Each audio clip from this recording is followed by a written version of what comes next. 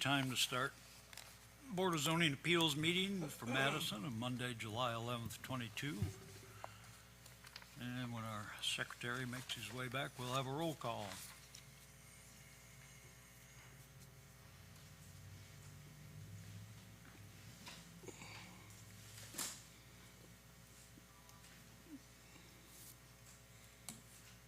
Mark Acosta, Here. Nancy Burkhart, Here. Rick Ferris, Here. Scott Baldwin. Here. The only minutes that we have to approve are from the May meeting. I was absent from that meeting, therefore I will not be voting. But for sake of time, I will just lead the meeting. Board members, have you had time to look over the minutes from May? Yes. Are there any additions or corrections? And we'll take a motion to approve the minutes. I move we approve as written. I'll second that. And a roll call. Mark Acosta, Yes. Rick Ferris, Yes. Nancy Burkhart. Yes. Okay, moving on to the renewals of conditional uses.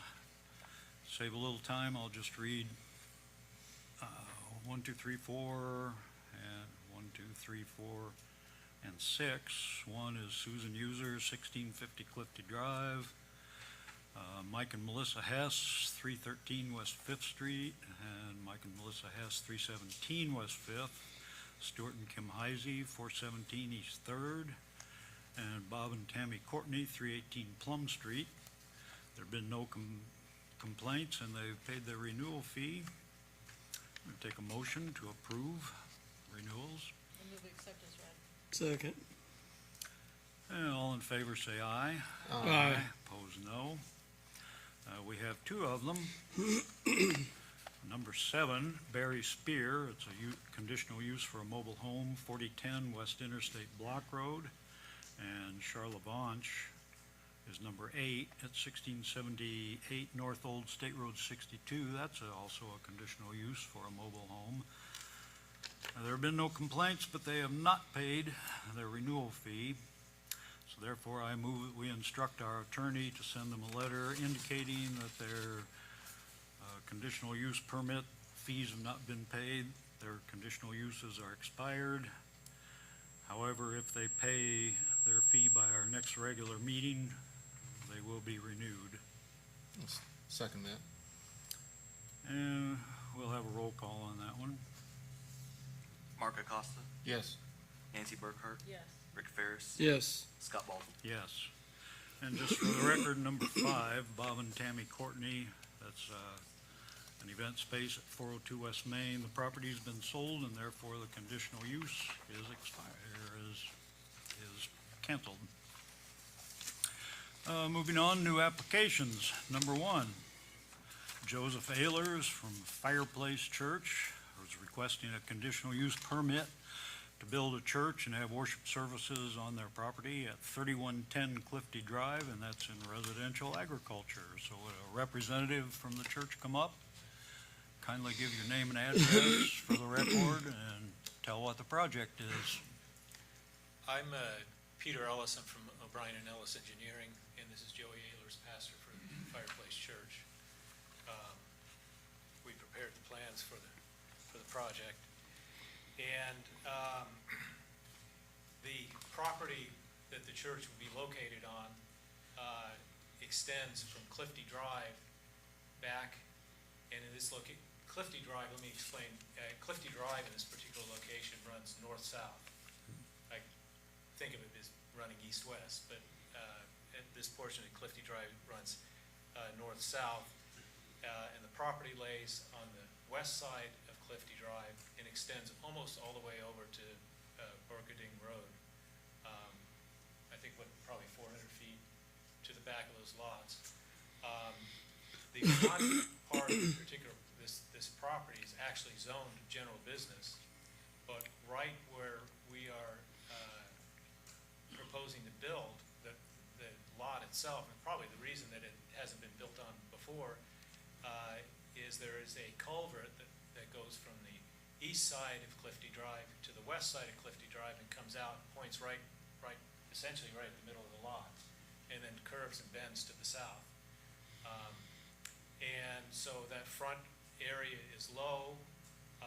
We've got, the city has a sewer line that runs through there, and runs parallel to the creek that I just described. It's a creek where the culvert exits. And,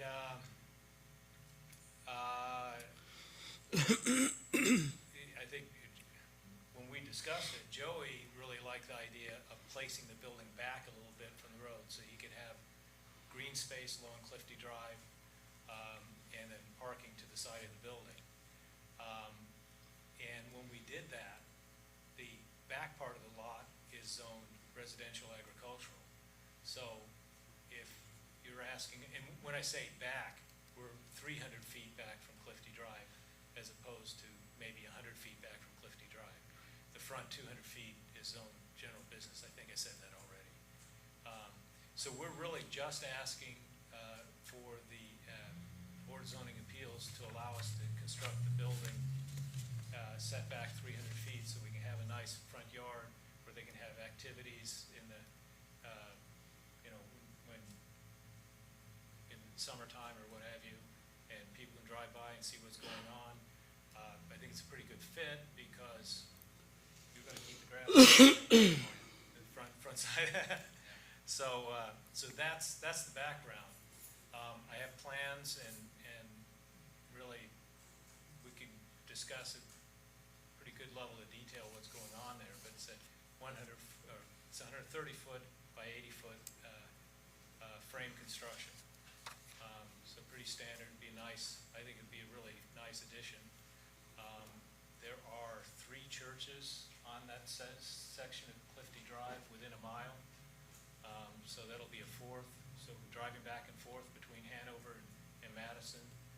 I mean, I guess churches will have a good representation. Anyway, do you have anything to add, Joey? No, I just, the purpose for us putting the church at that location, at the front of the property, there's several drainage locations that NDOT has ran off really several miles of Clifty Drive. And so with us putting the church up there, we didn't want to interfere with any of the runoff that NDOT has already has existing that works well. So I live on Borcherding Drive, Borcherding Road, and we've got some drainage issues. So I'd be curious to know what your plan for drainage is with the current project and the scope of work to be done. 100% of the drainage related to this project will be directed to the east into the either the state highway right-of-way or the creek that crosses Interstate Block Road to the south. So there is no, I'm very comfortable in saying that there is no drainage from this particular portion of the project that will get to, that goes toward Burgundy Road at all. But are you gonna divert, any current drainage? We're not, no, we're really not in a position, I think,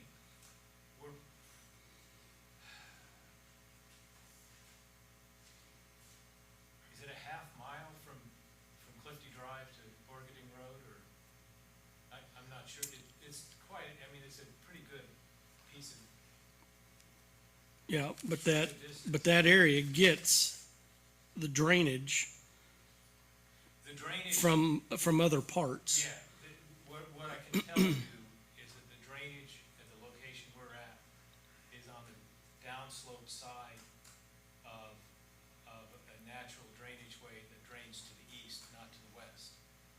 So there will be a break somewhere in there, and I'm not sure exactly where it is. I mean, I can pull the plans out and maybe get an idea. But there is a high spot somewhere between Clifty Drive and Borgading Road where the water sheds to the west, the water sheds to the east. We are on the east side of that. Yeah, comfortably, I mean, by at least 500 feet, I would say. Yeah, so it's, I- yeah, It's being built at the highest, location already, so that water is gonna flow right towards Clifty Drive on the east, and it shouldn't affect any from the west at all, yeah. It's actually a little downslope from Yeah. the highest. Yeah. So Go ahead. just so long as your plans, aren't gonna divert drainage to different, parts or areas, because you can't build a project that's gonna push water on other people's properties. And there's houses back there. So that's why I'm asking, Absolutely. about your drainage plan.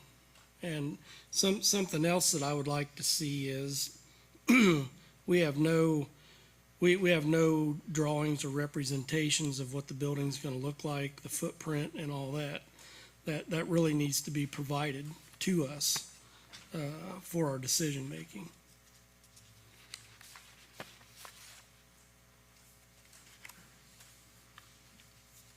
These are elevations of the front of the building. I have more. How many do you expect, like, for parking? Do you have adequate parking for the numbers you expect? I mean, Yeah, yeah. how many do you think would be parked there at one time?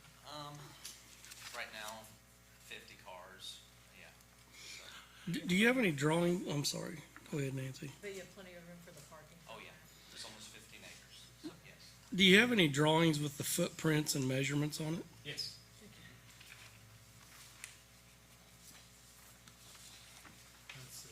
What's the capacity of what's the planned capacity of the church? How many people? Right, 299, I believe, is the maximum.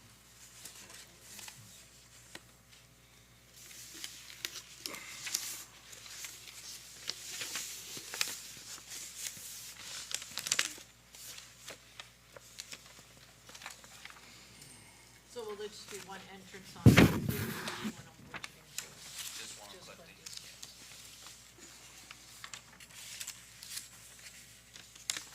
Yeah, we worked with NDOT last year, and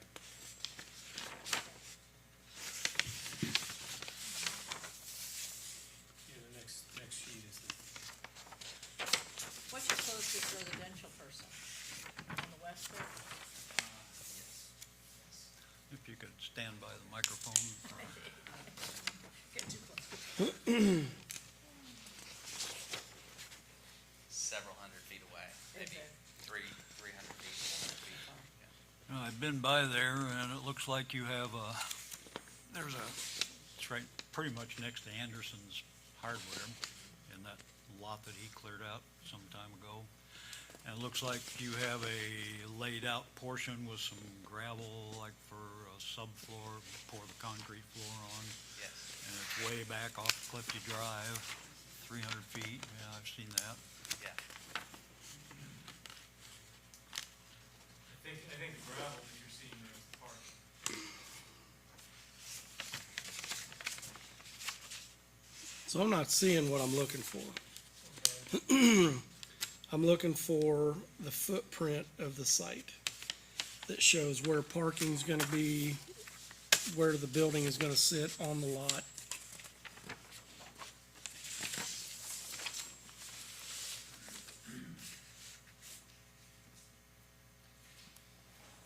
And this shows, this is the drainage way that we're talking about. It comes through here, and there's drainage on both sides, and that's the culvert that comes across. So what are your distances to adjoining properties? You mean adjoining properties? The or the nearest closest that house? we get to any property would be, we're showing it 60 feet on here, from Anderson's. Okay, This is Anderson's, right here.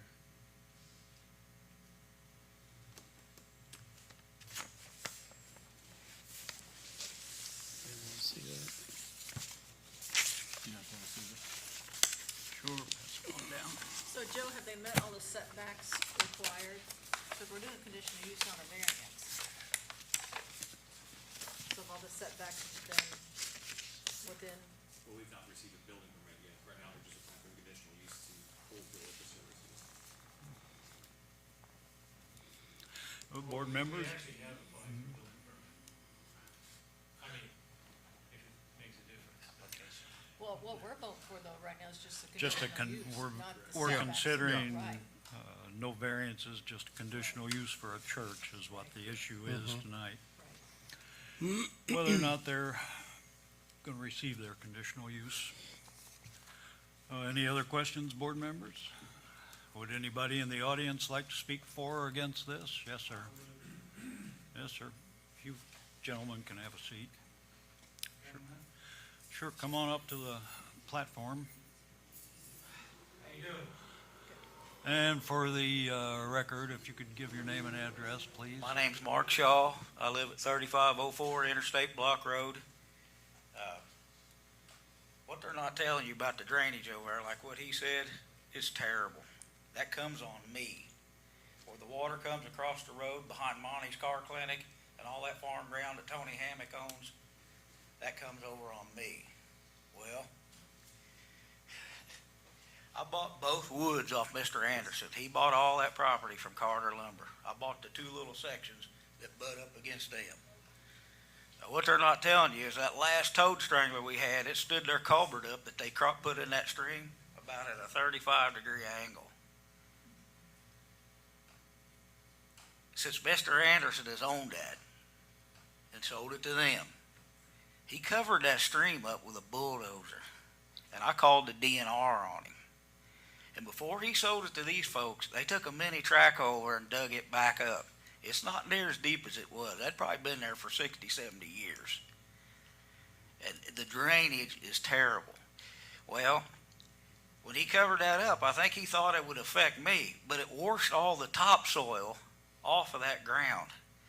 They've been trucking sawdust in there for the last 2 years with old Badger silage wagons and spreading that out on that property. And every time it comes from one of them toad stranglers, since they expanded that trailer park across from me back in 99 or 2000 by 68 or 9 trailers and put all that pavement and stuff down, that goes over the road by my house now pretty frequently. And another thing I would like to add is I work for Jack O'Brien, and Peter that was just up here keeps saying he represents Eugene. Eugene's been gone for 9 years. He does not. They don't want to be affiliated with him. You know, we all probably knew Eugene O'Brien. He was a great dude. I'm just saying that for the record. His kids don't like him coming up here and using his name. Sunday morning, I wake up to a Christian rock concert in my back concert from these folks. That level of noise.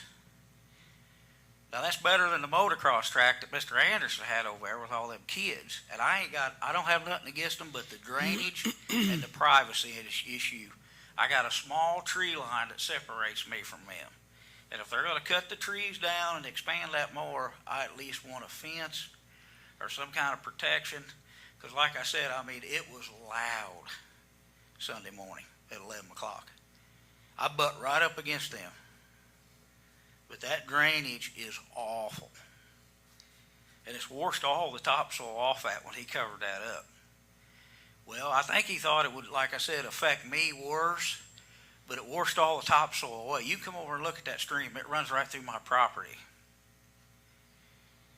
So, you know, I would like to have those issues addressed, you know, because, I mean, I can't, they're right on top of me, which, you know, I don't want to tell anybody what they can do with their property. I'm not here to do that. But, you know, until they get a building built, I would appreciate turning the volume down on their amps.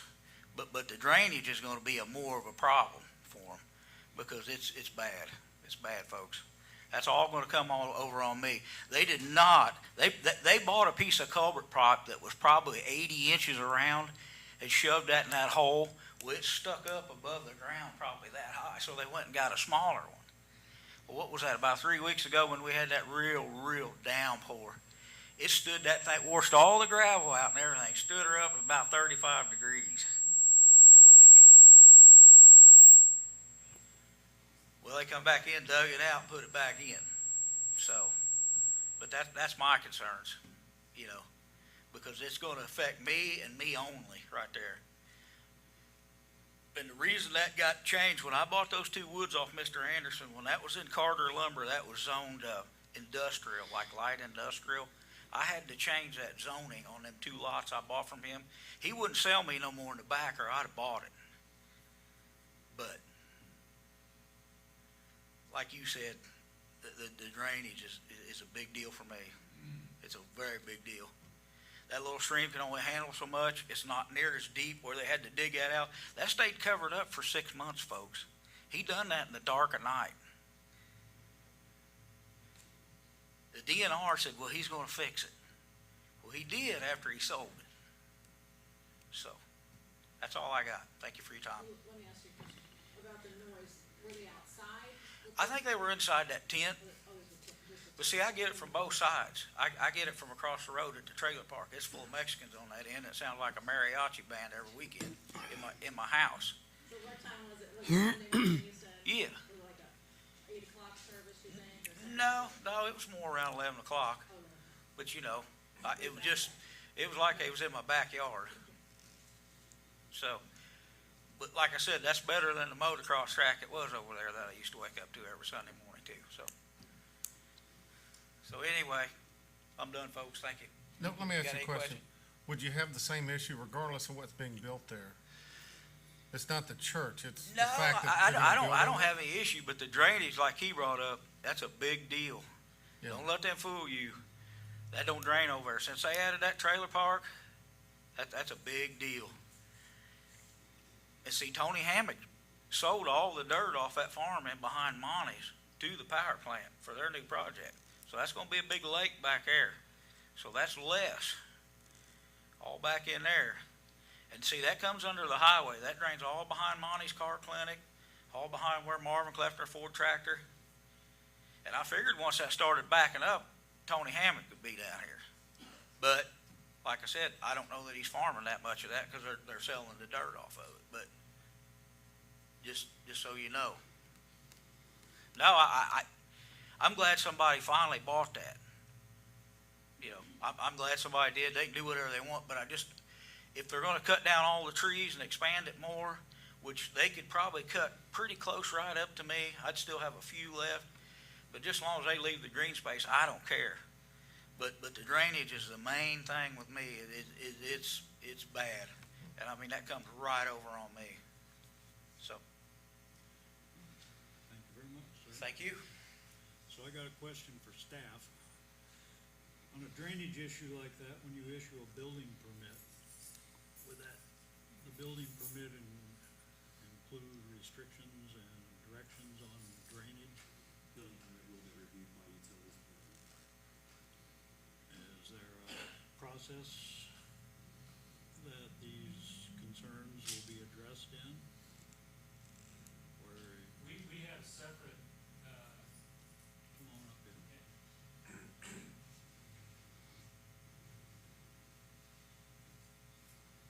the city is obligated to review storm drainage plans for any development within the city.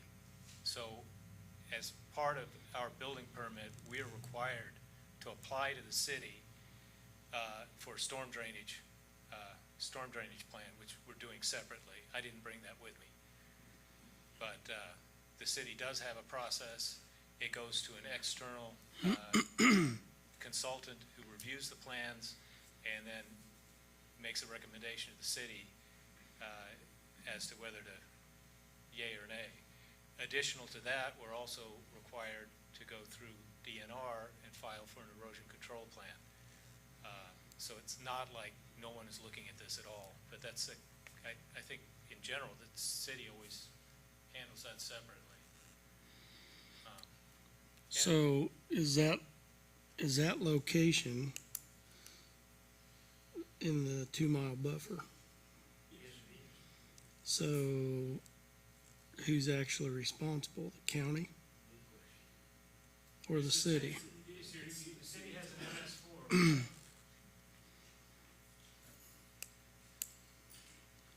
But do you understand this gentleman's concerns about the runoff and from would have? I mean, is there a way to address his problems concerning where you're building?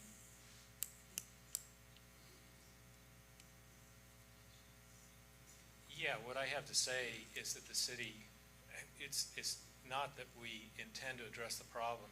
The city requires that we address the problem. And what the city will require us to do, because I've looked at the rules, is to ensure that we do not add more water to that drainage way than was being added to the drainage way prior to construction. And that's basically the way the rules exist. And I'm familiar with the issues that those two mobile home subdivisions. I mean, he's correct that there is a culvert underneath the drive that goes back, and it's smaller than the culverts that we have entering the property where we are, and so it does tend to back water up there. I mean, that's true. But, I mean, to put a pin in it, we do not intend to exacerbate the storm drainage problem on that property. And the city has a process to review that. And I also have a question for our attorney. The issue of a church blasting rock and roll music in a neighborhood, is that a First Amendment issue over which nobody has any control? Is that a religious freedom type of? I think under the circumstances, they're applying for a conditional use permit, and they can have reasonable restrictions placed on the use of the property. So the city has a requirement of what, less than 75 decibels? Well, we have a noise ordinance. But we might ask the pastor, do you plan on doing outside music, or are you gonna keep it inside? I just assumed you're doing outside since you didn't have a building. Yeah, we had planned on having some tent meetings, and, there was no rock and roll, it was worship, just want to clarify. And it was 30 minutes, and it was probably around 65 decibels. That's something that, my son's a sound engineer, and it's something I'm really into as well. It wasn't loud. Come up to that.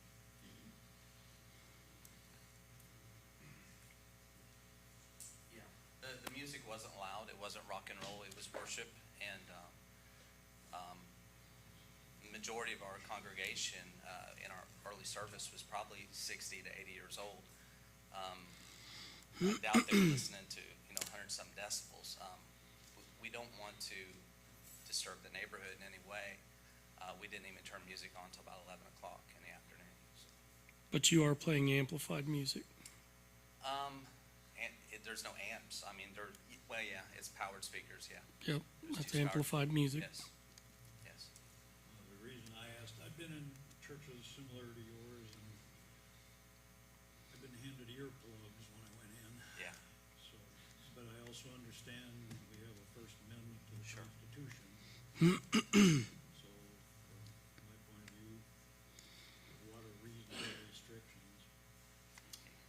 We want to be a blessing to the neighbors. We don't want to do anything that would disturb them or make them upset in any way. I mean, we'll do anything in our power to keep the peace.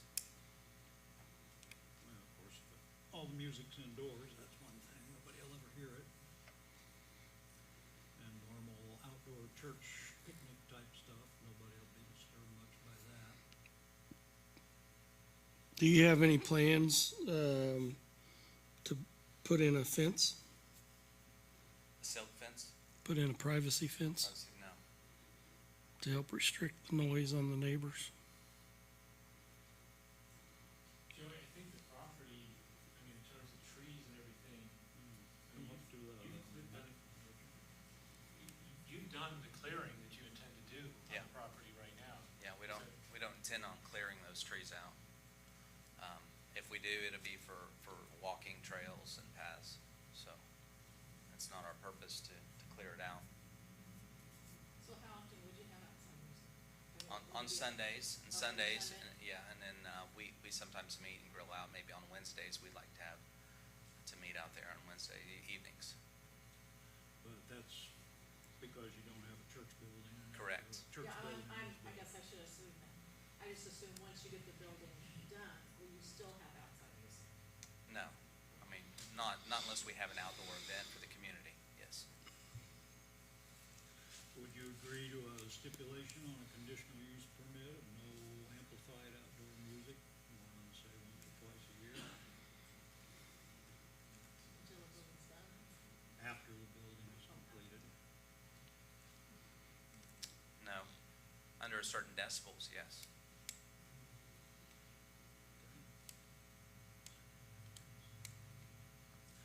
Okay, board members, any other questions, comments? Well, I just want to state that the drainage is a big issue. And it's very important that the drainage gets handled properly. I know you say DNR is gonna review it, but I've lived out there long enough and nobody wants to deal with it. And I just think that there are things that relate to drainage that are hard to measure.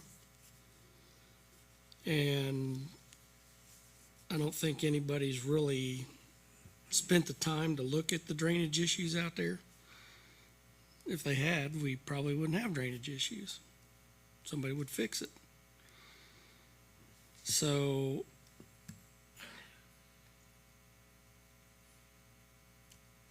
I guess where I'm at is I'd like to see the drainage plans. NDOT has ran 5 drains on the front, just as what he's talking about, that 5 drains, and now that there is, I guess, a lake or something being built over there, that is intensifying the water flow. That was there before the church. Actually, NDOT, I forget his name, I think Tony, which is over Indiana Department of Transportation, told me that, he said, hey, it's you guys are doing a great job. We should do a better job of taking care of it a long time ago, because it's been just a really wet area for years. So we're not creating I have zero trust in NDOT water flow. because when I bought my house, Sure. they hadn't redone Clifty Drive yet. And we didn't have near as much drainage problems until they redid Clifty Drive. And NDOT's the one that designed that, approved it, and all that water, when they redid that, gets pushed back towards Orcharding Road. And then it's supposed to drain south to Interstate Block. And that's where a lot of this water accumulates. So I would like to see the drainage plan myself. Well, I didn't bring a drainage plan with me tonight. The city will be reviewing the drainage plan prior to plans being, the building permit being granted. And I would say that if we move the building 100 feet closer to Clifty Drive, in which case we would be much closer to that drainage way. There'd be less room to maneuver in there. We wouldn't even be at this meeting tonight. We're really here specifically and only to request that we be allowed to locate the building 100 feet farther back on the property, on a property it's actually rather confusing zoning, when you have a single piece of property and the front part of it is general business and the rear portion is residential agricultural. I don't think that was really the original intent, but at any rate.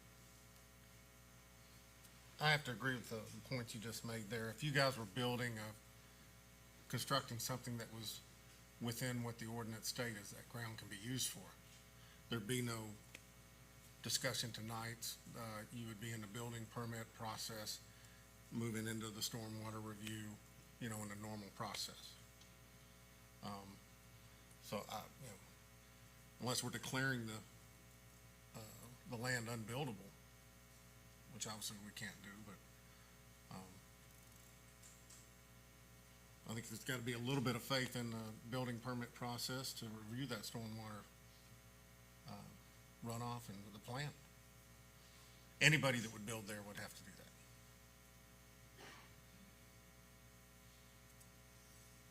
Any other comments, board members, questions? Can I bring up, my name is Doug Purcell, I live on North Borcherdane, 109 on North Borcherdane. One of the reasons why I bought our property is because of the tree line in the back.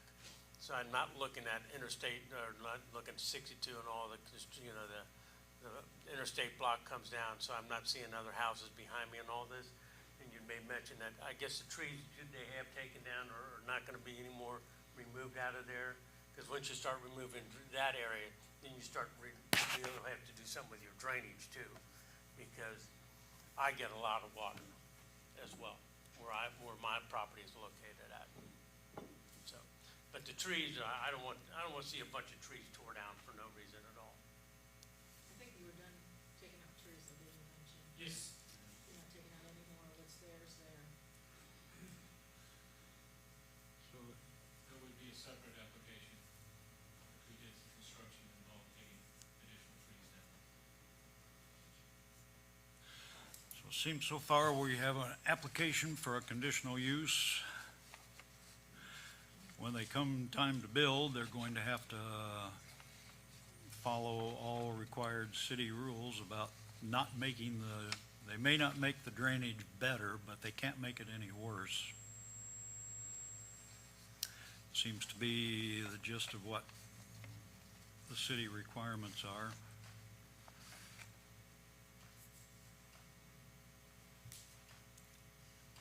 So I guess, Who actually looks at the drainage plans from the city? That goes through the utilities department. But who, So I don't know who they outsource it to.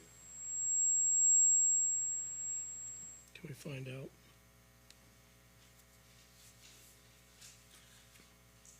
well, if we make a motion, we can table this if board members are not sufficiently satisfied with the information given. We can table this till our next regular meeting and require a elevation plan and some indication of which way the water is gonna drain. We can have, which time we can consider it, or we can make a motion right now. So, board members, what, would you like to table this for, till our next regular meeting? Contingent upon receiving a site elevation plan, shows the ups and the downs and which way the water's gonna go. Yeah, I would like to see that. Well, then we'll take a motion. I make a motion, we table this application till our next business meeting, at which time we will have been supplied with, the required information on drainage and the footprint of the whole site. You have a second? We have a roll call? Mark Acosta, No, Nancy Burkhart, Yes. Rick Ferris, Yes, Scott Baldwin. Yes. Well, then the motion is tabled, and please bring a elevation map of the property, you know, showing which way the water's gonna go, drainage plan, so forth, some instruction. Anything that you've seen, gotten the opinion of our board members of what they wanna see, so bring that to our next regular meeting, please. Okay. Can I reclaim that? Oh, That's, you want that? a set is on file with the city already. Right. Yeah.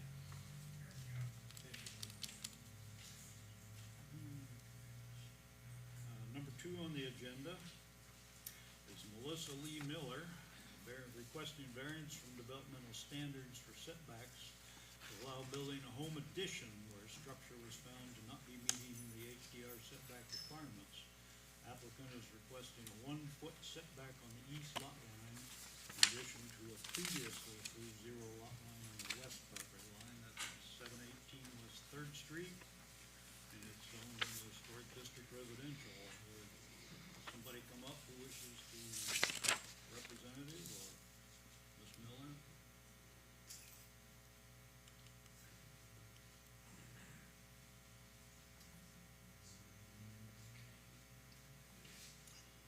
Well, Ms. Lee Miller does not appear to be here, so we'll move that one. We'll give her some time to show up, and we'll move it to the end of the meeting. Number 3 on the agenda, Ryan Rogers is a variance from developmental standards for setbacks. He's replacing a deck structure on a home with various problems of setbacks, requesting a 0 lot line on the west, 1001 West First Street. Mr. Rogers, your name and address, just for the record, please. Sure. Ryan Rogers, 804 East First Street. And if you could explain what you have in mind, what So- you're wanting to do, what the situation is, what the problems with the property are. Okay. So we're replacing a structure on the back of the house. We have a demo permit to pull off an addition that is actually a 0 lot line, and we're replacing it with a new addition that is going to be set back a little over a foot. When I went in to do the paperwork for it, I was told that I needed to come to a zoning meeting to get the original 1800 structure zoned properly too, because it's a 0 lot line. It's a 25-foot building on a 25-foot lot. Well, actually, it's not a zoning thing, it's variances, which is a good thing for you to do, because that goes down to the county recorder and avoids a lot of problems when you go to sell it someday. So you have your house, this is information you submitted, okay. Correct. That thing is your house, and you have a 1 foot from the west lot line, and you have your 3 foot that you have to look from the east, Correct. and you want to put on an addition back here. Well, the white part is the addition. The roof line that you're seeing above it at the top of the page, that's the original house. The original house will remain on the property line. The addition will be offset by a foot. So the original house is here, and then your addition's moved in a foot. Correct. But you're just trying to make everything legal, house already there on the lot line. Yeah.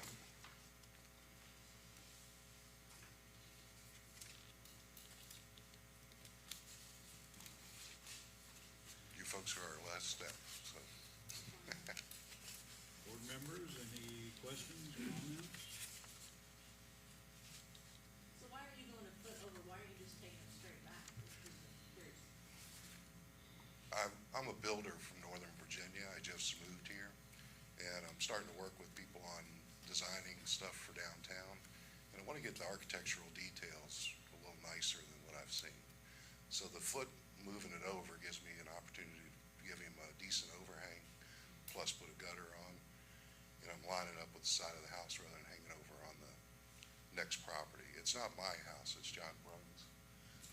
So I'm helping him with the design work. Would anybody in the audience like to speak for or against this? If not, we'll move on to our findings of fact. Thank you, sir, you can have a seat.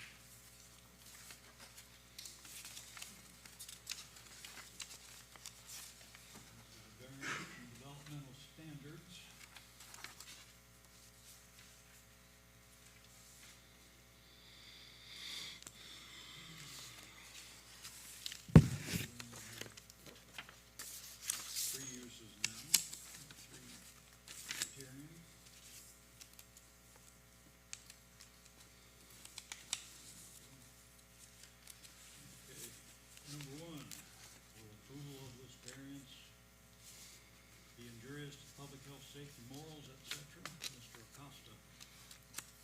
No, I see nothing injurious, just simply, extending what's already there.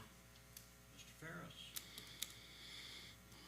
Ferris? I don't see any reason to think that it's gonna be injurious, either. I think, the property owner's just trying to, get the job done and do it right. Mrs. Burkhart? No, I don't see a problem. The house is already there, he's just bringing it to conformity. And I would agree with that. It's taking care of necessary details to build. Number two, the use and value of the area adjacent to the property included in the variance will not be affected in a substantially adverse manner, Mr. Acosta. No, I would think as they're renovating the house and making the property more attractive, will be a positive impact. Mr. Ferris? I agree with those comments as well, and I think that, the applicant is trying to, take these conditions, into consideration. Burkhart? I agree with those comments. I see no, we've heard no testimony of any kind of adverse effects then. Number three, a strict application of the terms of the zoning ordinance will result in practical difficulties. What are they, Mr. Acosta? You basically have to cut the house in half if they don't receive the variance. Mr. Ferris? I agree as well. I mean, then it changes the whole project. Mrs. Burkhart? I agree, and as I said before, the house is already on that property line. And it's one of these downtown properties that was laid out probably in the 19th century. And this is simply following pretty much actually, he's moving in a little bit from the previous zero lot line, so were he to have to strictly adhere to the zoning ordinance, it would make a very strange looking house. So I think that one's adequately met in this case. Well, we take a motion. I move that we approve this variance as submitted. Second. And we have a roll call. Mark Acosta, Yes. Nancy Burkhart, Yes. Rick Ferris, Yes. Scott Baldwin. Yes. Well, you have your variance, sir. Number 4 on the agenda.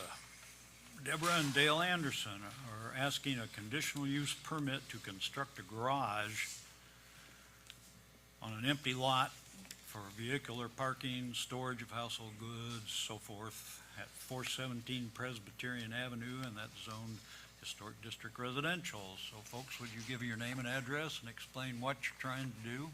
I'm Deborah Anderson. This is my husband, Dale Anderson. We live at 420 West Street, Apartment 6 in the old Elks Building. And this particular lot is a vacant lot. And I'll kind of give you a little bit of history because we've already been before Historical Board of Review, and we had to submit 2 plans with them. We originally always had planned to build a 2-story structure, the lower level being a garage with just for our personal vehicles and a shop for our household tools and such, and build a residence above it. But we ran into a problem where we could not get sewer at that location. The only sewer line that would be remotely available came underneath the 2 connected houses next door, and these are very old houses and very old lines, and it would be too dangerous to try to hook onto that line. So the city was good. They've spent a lot of time out there looking and digging and cameras and all, and we think we may have worked it out where we can run a private line, but on the chance that we couldn't, we still wanted to close on the lot, and we still wanted to be able to use the lot so we would have a garage, because that's very important to us. So we also submitted to the other department the plans just for a garage in case we could not get the sewer worked out, or it would be so expensive that we just couldn't afford to do it. So they did approve us for Plan A and Plan B, and I spoke with Joe, and if we were going to just do the garage, then that rolled into your department where you had to have a conditional use permit for, I think the classification was automobile storage, I think is what it came under. And so that's why we're here today, because we may need that, we're not sure. We intend to build something on that lot. We don't want to give that lot up. That's important to us. So, and it may end up that we don't even need the conditional use permit if we can get it worked out with the sewer, that we can go ahead and build the residential part on the upper level, and we would live there. So, right now we've retired here. We don't want to rent forever, and we are paying a lot of money for storage for all of our furniture, and so we're anxious to get started on it. We're probably 2 weeks away from closing on the lot, so we can get started. So when will you know about the sewer, or do you have to wait to hear that? Well, we think that we've got it worked out. We think they found an 8-inch line that we can hook onto. We just got to really verify with the contractor that I need something in writing saying, and I don't really have anything in writing from the city saying that, you know, he can tap onto it. But I don't have that. And I'd prefer to have it in writing from the city saying, yes, you can do this, and from the contractor to say, yes, I can run this, and this is what it's going to cost. But, you know, it's going to cost several $1,000s to run that line. So that's your first choice is to live there? Yeah, it would. I mean, we're still getting some costs in it. It's expensive to build anything right now, but that would be preferable. Started out looking for a bigger house, and ends up we might just build a smaller house and see how that goes. Love the location, very quiet, very nice down there. We are, but if we're going the garage route, you know, we have a parking lot on the west side, and we have 5 or 6 garages across the street, and then, but we have not, we're going to stay within the normal setbacks. We're not asking for any changes to the normal 3-foot. Church parking lot. It is the Baptist church. And then you have really the closest house are the 2 that are immediately to the east that are connected, and they've been there a long, long time. And then you go past them to the east, and you have 2 more garages. So a little bit of garaging going in around there, but it's a great spot. It's very, very nice and quiet down there as you approach the park. So we're very excited to build something on that lot. And there's no structure there now. That was torn down many years ago. Was there a structure? There was an old house, and I heard, I don't know that it had been a little grocery market, like a little corner store down there, but we got some old pictures from the historic office, and, but it's. It was torn down around 2000 or so it's been vacant since then. Yeah, there's been a lot going on in that area. I mean, a lot of improvement.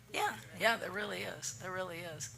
So, anyway, you know, if you're kind enough to grant it and feel it's fit, you know, we may not even need it, I guess.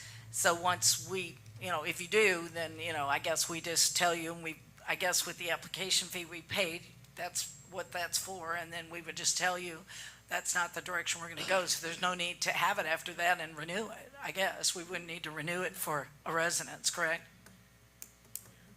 Just let it So explore. you're asking us to make a just-in-case conditional use? My plan B, if it has to happen, I got to know that I can build that garage and put my vehicles in there and my husband's shop. Because you bought the lot. No, we're under contract, and it was a probate situation, so we had to wait till things were cleared, and we're there. We are ready to go on that. And you're definitely pondering whether or not to put an apartment or something above it and actually live there yourselves? Yeah, we have plans drawn out for the upstairs living area. The cost of hooking up utilities is all part of the cost of building a place to live. Yep. This will be our 3rd property to build. We built 2 more in Georgia where we moved from for ourselves over the 38 years we were there. So we learned, you know, the good thing is we know enough to check to make sure that what's available to you, and some people may not, but we had a pretty good surprise there. We knew there was water because there's a water meter on the property, kind of assuming that there was sewer in those alleys or in those streets, but not an assumption you should make in a town like this. So we learned very quickly to go check it out, and it was a smart move that we did that. Well, so, the major issue facing us, as I see it, board members, is are we gonna start granting What if, maybe conditional uses? what if, What if conditional uses? When there's no clear explanation of what the purpose of the conditional use is, it's just, well, maybe. Frankly, I remember one conditional use that involved a complex business deal, but that was for a definite purpose, but something like this, in my 6 years, I've never heard one like this. What's your opinion, board members? Hang on, I haven't been able to talk yet. Oh, yes, sir. Well, folks, you've given us a good Okay. explanation. And I'll be glad to very answer any honest other one, and questions. I'm glad you were straightforward. Great.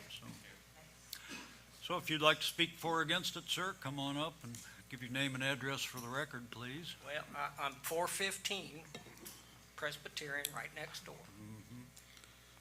We got enough garages on Presbyterian, and 2 of them are historic. The Costigan garage and the next one. I've already got a garage across the street from me. Don't need another driveway. It's what, 25 feet of property? We don't need another garage. Build a shotgun home, fine. But my neighbor and I, we're limited to our parking right now. And we don't need another garage downtown Madison. My house is 1850. They're building a new garage. Are they gonna protect my house when they're pounding the ground? I don't know. But I don't need another garage next door to me. And we don't need another driveway on Presbyterian. That's it. Okay, thank you. Anybody else like to speak for or against? Ma'am, if you'd like to say something, certainly, come back up. Our future neighbor Nicholas, I met him, I went and introduced myself, and I wanted him to know who we were and that we planned to be good neighbors. And his concern to me, he said, I don't care what you do with the lot, I don't care what you build, but I'm gonna fight you on this if I lose my parking space. And it's a very narrow lot, it's 27 by 77. And so it'll be a long, narrow building. And he said, as long as I get to use my parking space, I don't have any problem with anything you're doing. And his parking space that he's been using is exactly right in front of this lot. And I said, well, you know, he wanted to know where was my driveway gonna come in. Well, there's only one place, you can't bring it in from the side. It's landlocked on 3 sides. And so I told him that our driveway will come in the front, right off Presbyterian, and that'll be the garage door. And I did mention that it's very nice, the people at the church have a sign that says the only time that you can't park there is a half a day on Sunday. They say keep our spaces for the Sunday morning service till 1:30. And I mentioned to him, you know, you do park there sometimes, because I know that they do. You know, you could park there 6.5 days a week and, you know, walk just a few feet further. And, you know, that other half a day on a Sunday, you might have to park a little further. And, you know, I know there's not a lot of parking space immediately in front of these 2 houses, but I can't control that because those houses are what they are. And, you know, I mean, if I'm gonna build a garage, whether I live above it or I don't, I've gotta have a driveway. And, you know, those houses do sit right on the lot line, because there were no rules about that then, but ours sits back further. So I don't want to be adverse with the neighbors, but I think if I close that property, I have the right to get into the property. So, and anyway, that's just my comment. And I don't want to have a bad relationship with the 2 houses next door. But thank you for your consideration. I appreciate it. Still, board members, we're faced with this issue. Are we going to start granting maybe just in case conditional uses? It's my personal opinion that conditional uses are specified exactly what the use is going to be, and you can ask pertinent questions like hours of operation, et cetera, and you can make conditions, which sometimes we do, like down on Glen Drive, we've had some with strings of conditions. but to issue a maybe, maybe not conditional use. You know, one of the things that we, consider in these is whether, you know, is it necessary, you know, for the use of the property? But if you were to build your house, the garage with the living space, you know, we wouldn't even be talking about it here today. Which means that this conditional use may not be absolutely necessary. Right, I think that goes to your point of That's view. what it is, it's a what if. Right. Yeah, yeah, so, Right, but I think she just wants a peace of mind that if it just comes to the garage, I'd like to get going with it, that it's permitted, whereas if we say no. We'd like to know that Right, we're gonna be able to use what Right. we're buying. We don't wanna close on a lot that we can't do anything, right. and nobody else could either. If they don't have sewer, Right. you can't build a shotgun house on it. I'd like to say some other things here. If a conditional use is granted for just simply a garage, in my time here, this is about the third time this issue has come up. The first was pertaining to the garages that's directly, those 6 garages directly across the street from them. That was back in 2016. That issue ended up by spot zoning. Those garages sit in a different zoning district, it's specialty district. They're somewhat different because they're rented, they're a commercial property, they're rented with a contract. And in the process of that was, use number 637 was authorized to be used in historic district residential with a conditional use. Use 637 is warehousing and storage services. It's like it was a business type application. So it wasn't their personal use?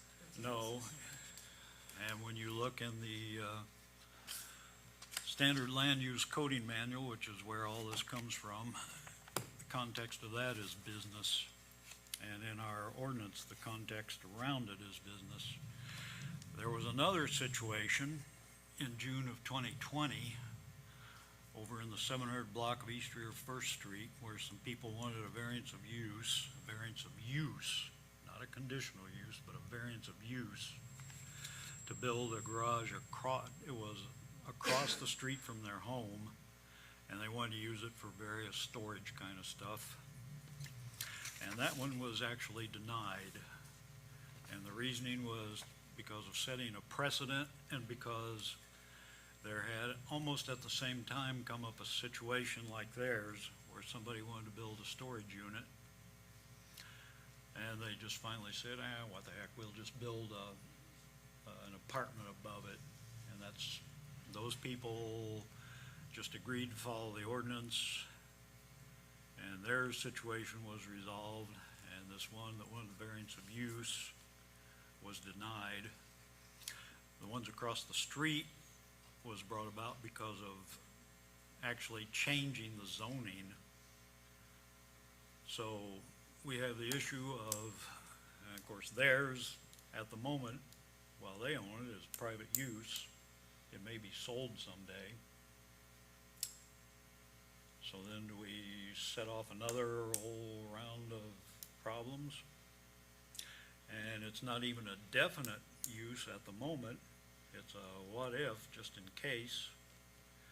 And sounds to me like the major problem is how do you hook into a 200-year-old sewer, which could be costly. They found it's there. Yeah. Well, it could be a costly proposition, but normally cost is, if you build, costs are costs. So we've had some experience, at least I have in my 6 years on this board, where a similar situation was resolved by the people saying, yeah, we'll put a little apartment in. One was denied, and now we have a what-if conditional use, just in case, a backup plan B. Whereas conditional uses, we've done hundreds of them, and they're always for somebody who says, I'm gonna do this.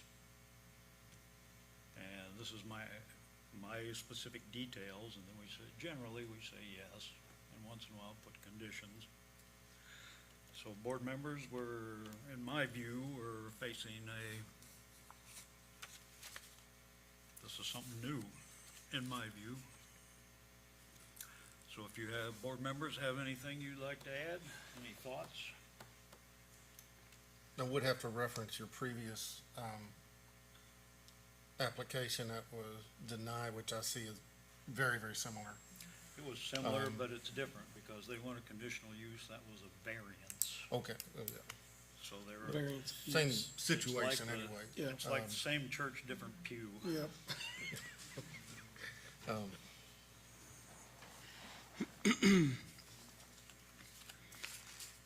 I agree. I think that, Oh, sir, you wanna say something? Sure.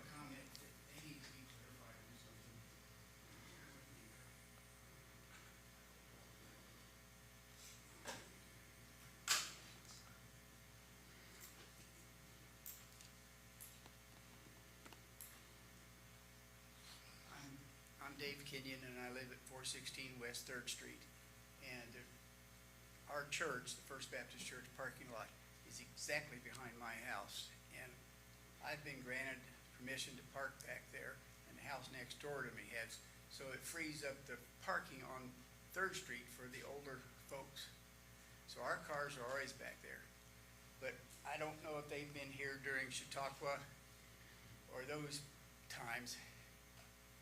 But as Nick knows, if you don't have a cone sitting out in front of your driveway, you're gonna lose it, because that parking lot fills up totally. And my wife and I, we never moved any of our cars Chautauqua weekend or the parade weekend.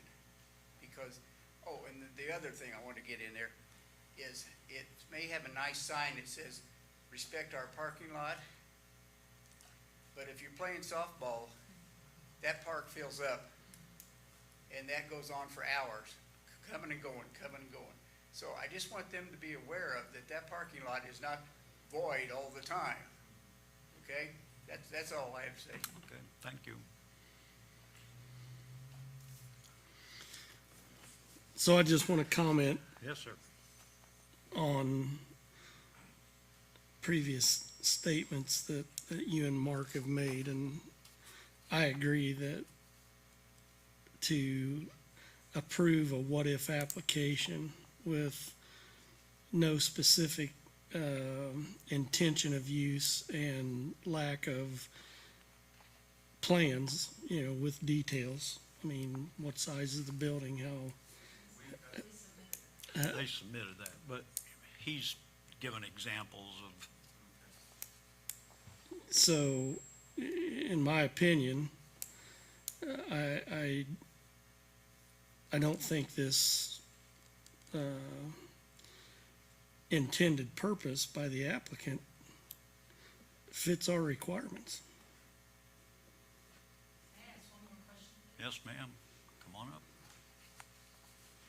Okay, so the application we submitted was for a garage. And we suggested what we wanted to use that garage for, which we're not a mini storage business. We're not gonna rent it out for golf carts. We have a car. We hope to buy a golf cart. My husband has a 1954 vehicle that he's renovating. And he has a nice home shop that he had at our previous house with, he likes to tinker. And so since our application is we asked for the use for the garage. And that's what we gave the low plan for. It's a very simple plan with a gable roof. So if we just say what we want tonight is you're ruling on a garage, and you make that ruling, and let's say that you vote that it's acceptable under your 3 categories, then if we get this sorted out with the sewer, and we find that we can do the other, then I guess I don't really understand what that hurts, because we're only building really what I consider is probably something everybody would like, which would be a residence also. So I'm just kind of putting the blinders on to anything else and say we came for an application for a garage. We just need to know, could we get approval on that? Because I think that's really all we're Well, asking for. Ma'am, that's what we're talking about. You came for approval on a garage. Correct. It may or may not be a garage. It's not a definite plan. It's a plan B. It's a what if. But I think I kinda agree with her, with what she's talking about. She wants this voted on. She's asking for a conditional use permit for a garage. Whether it's plan A or plan B, we vote on that, whether she likes the outcome or not. Am I correct? Correct. I don't Right. think your scope, to me, is anything about what goes on above it. I'm asking on this application for approval for a garage. Because I have to know before I close on this property that I can build something on it.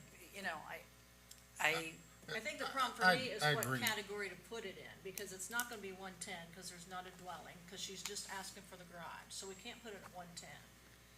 637, warehousing and storage services, I'm kinda with you, that's more of a business thing. So Business, I don't yeah. even know if we could put it with that. So could we put it with category 460, automobile parking? I'm still kinda up in the air with that one. Joe, you gave me two categories. Yeah, this too. And I wrote them both on the application. I didn't really know what the numbers were, so I asked him. Yeah, I think he gave you 460, which is automobile parking, and 637, which is warehousing and storage services. And I didn't think I was that, Yeah, because I that's didn't not think what I'm that, 'cause doing. that's kind of business to me. So that's what I'm, what category do you put it in is what I'm thinking of. Because like I said, 110's definitely off the table, because it's a dwelling unit. She's not asking for the dwelling unit, she's just asking for the garage. So that's where I'm kind of up in what category. you Yeah, put I it thought at. about that too, and automobile parking is permitted in everything except inexplicably in HDR, it's conditional use. Right. And when I looked in the standard land use coding manual, one of the rules of interpretation is if the law doesn't say clearly something, then you go by what the language says, what you would understand the language to be. You can correct me if I'm wrong on that one, our attorney. But it's automobile parking, to me, that's parking on the street or in a parking lot. Well, Debbie, you might help with this, because when you look at the code, it has a little number 16 side note by it. And it says automobile parking includes non-residential off-street parking that is 5,000 square feet or greater, that serves no other single type of activity. So would she even be included in that, since it says includes non-residential? Since she's residential, is it part of it or not? Well, it's not, I don't think it would, what we're considering today is it's not residential. Is it The just assumption garage? we're operating under is no residence. So she could technically go under that then.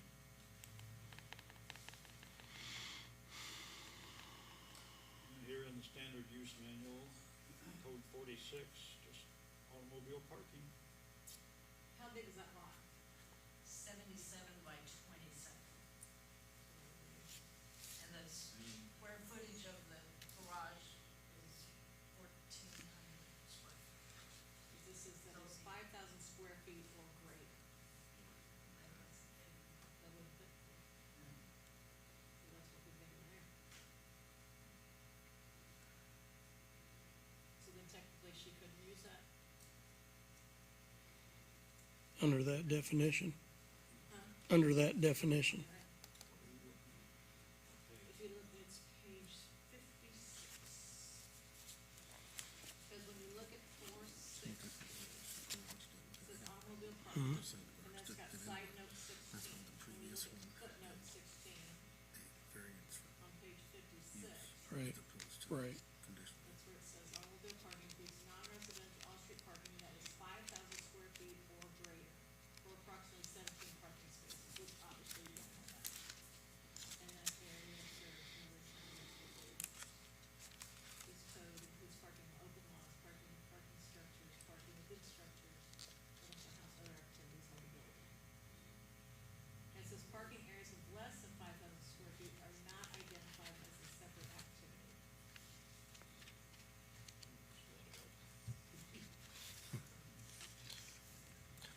I agree with Ms. Burkhart's comment that it should be looked at as what you've asked. You're asking for. The what-if part about it, yeah, I think the traditional way is you buy property, you have an intent, but, before you purchase the material, before you purchase property, you should know if it meets your intent. So, I know that if I close this lot, at minimum, I'm gonna build a garage, or I want to build a garage, and that's what I'm applying for. If I can do more than that, because I get the other problems sorted out, then by all means, I wanna do that. but I think your intent on buying the property was to build an apartment above a garage. That's what I'm saying. You would normally make sure that is a doable solution before you would purchase a property, if that is your intent. But the other thing that comes up to me is, going back to this previous ruling, where the application wasn't even a conditional use permit, it was a variance of use. And I think probably back at that time, the same issues Ms. Burkhart's talking about, it can't even find a classification to put it in that area. So, based on that, I don't see the options here. Regardless, the what-if thing, I'm not hung up on that. But Maybe I muddied the water there, and I probably should, but yeah, I wanted yeah. to get the history of where we started and about yeah. knowing that we had to approve for the design because it was in the historic district and all of that. And just for the record, we're not trying to be obstinate. Yeah. This is not the usual, type of application that we get, so we're trying to get our minds around it. Yeah.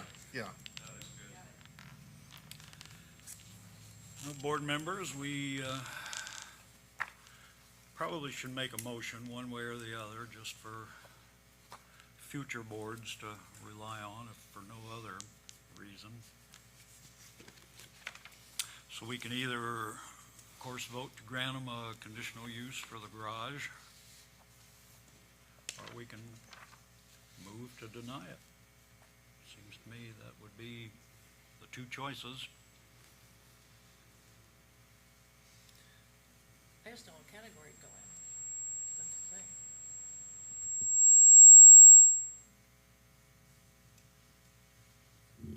We have a motion. Yeah, I move we'd have to deny the, We have to Conditional do use. findings. sorry, We have to do findings before we can have a motion. forgot about that, yeah.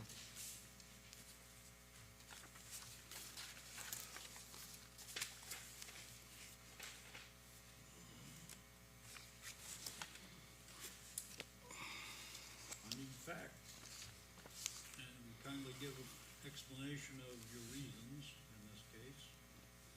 Number one, do you agree this is a conditional use as established under official schedule and so forth, Mr. Acosta?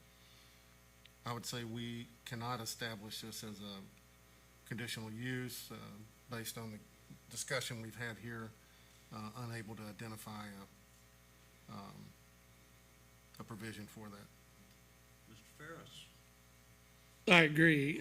I think we're struggling with, finding a definition that fits this application.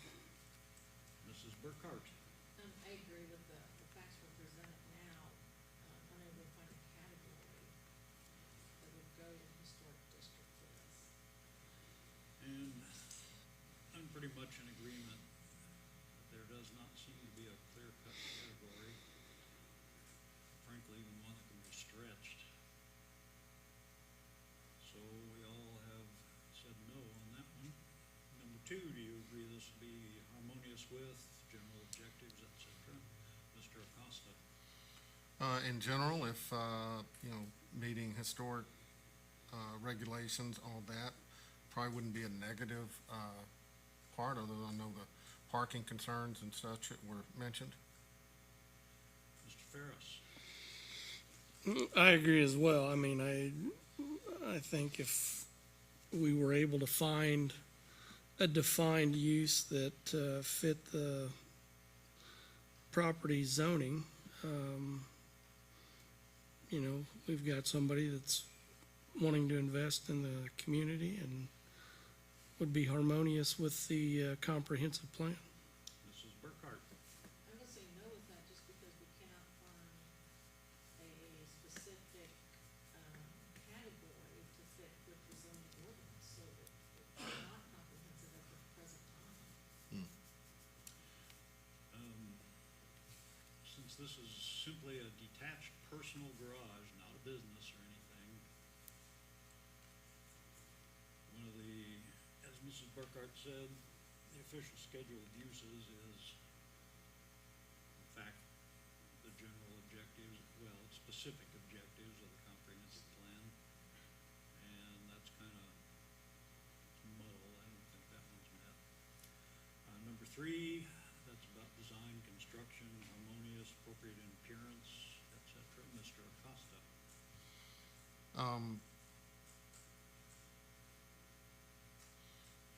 Again, if it's, as far as construction, design and all, if meeting all the building standards, but it does complicate things without the, identifying a proper provision. Mr. Ferris. I agree with Mr. Acosta's comments. Mrs. Burkhart. I'll agree with this. And were it to be built, it would certainly be, there would be nothing wrong with its appearance were it to be built. And there are, across the street, another garage, so I think that one would be met. But sounds like 3 of you think it's not met. Number 4, will this be hazardous or disturbing to existing or future neighboring uses, Mr. Acosta? Nothing hazardous, no more disturbing than if they built a regular, house on the lot, so, no, do not think it would be. Mr. Ferris. I don't see any reason to believe that it would be hazardous or disturbing to the neighborhood. I mean, it is a residential area. Mrs. Burkhart. I agree, and as the lady said, they're gonna need parking there anyway, so if there's a garage there, you're gonna need to drive in that. If there's a building above the garage, you're still gonna need to drive into that, so I don't see anything disturbing to it in that case. And as far as parking, well, should they build a house or build an apartment above it, they park in the garage, so. I think that one would be met. Sadly, in a city, the only people that have even a more or less guaranteed parking space are people with handicap spots, and they're not guaranteed because somebody else can park in their handicap spot. Number 5, you agree this is served by essential public facilities and services, water and sewer, et cetera. Mr. Acosta. Questionable if the requested use would require any of the water or sewer and such, but obviously sewer's been stated as a possible issue. Mr. Ferris. I guess just from the information from the applicant and neighbors, it sounds like there's a water meter already on the property, so water should be available, and There's 2 water meters. the issue with sewer, sounds like it's been located, but can they hook into it is an unknown.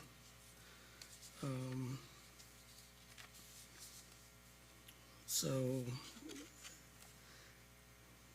I'm gonna say that, yeah, I think it would be served adequately. I think they'll figure all that stuff out. Mrs. Burkhart. I agree, I think it'd be adequate, sorry, for a garage. I'm in agreement. Water is certainly there, electricity is there. If it were simply a garage, you probably wouldn't need sewer. But the sewer is sort of there, so I think that one is met. Number 6, do you agree this will not create excessive requirements of public expense for things. Mr. Acosta? No, I do not think it will be, any public expense, impact. Mr. Ferris? I don't see any reason to believe that it's gonna create any excessive requirements, or be detrimental to the economic welfare of our community. Again, we've got somebody that's wanting to invest in our community, and, we just gotta try to figure out how to get that done. Mrs. Burkhart? I agree with Mr. Ferris's comment. I see no excessive production of traffic or any of those things being a problem. I think that one's met. Number 8, will it have vehicular approaches designed not to create an interference with traffic? Mr. Acosta? I believe that, the driveway coming into the garage, so, not creating any issue in the street. Mr. Ferris? I agree as well. I think they're trying to take some of the issues off the street. Mrs. Burkhart? I agree with those comments. And I see no interference with public traffic in that lightly traveled area.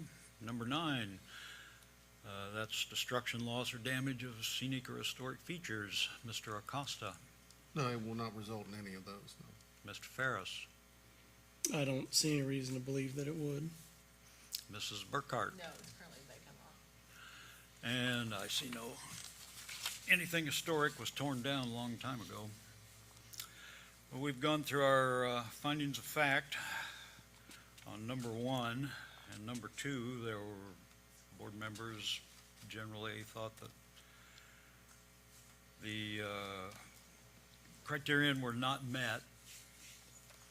Now, of course, I understand that you can vote even if you think that criterion are not met. You're free to vote yes on a motion. But in my experience, that's not a very good idea, because we've had some real problems from that. But of course, you're free to vote however you want. So, we will take a motion. We can make a motion to approve the conditional use for X years, or we can make a motion to deny it. I think without having a classification identified, I don't know this board can arbitrarily grant one that is not in the schedule. Based on that, I'll make a motion that we have to deny the conditional use permit. Second. And may we have a roll call, please? Let's explain. A yes means it's denied. Mark Acosta, Yes. Nancy Burkhart, Yes. Rick Ferris, Yes. Scott Baldwin. Yes.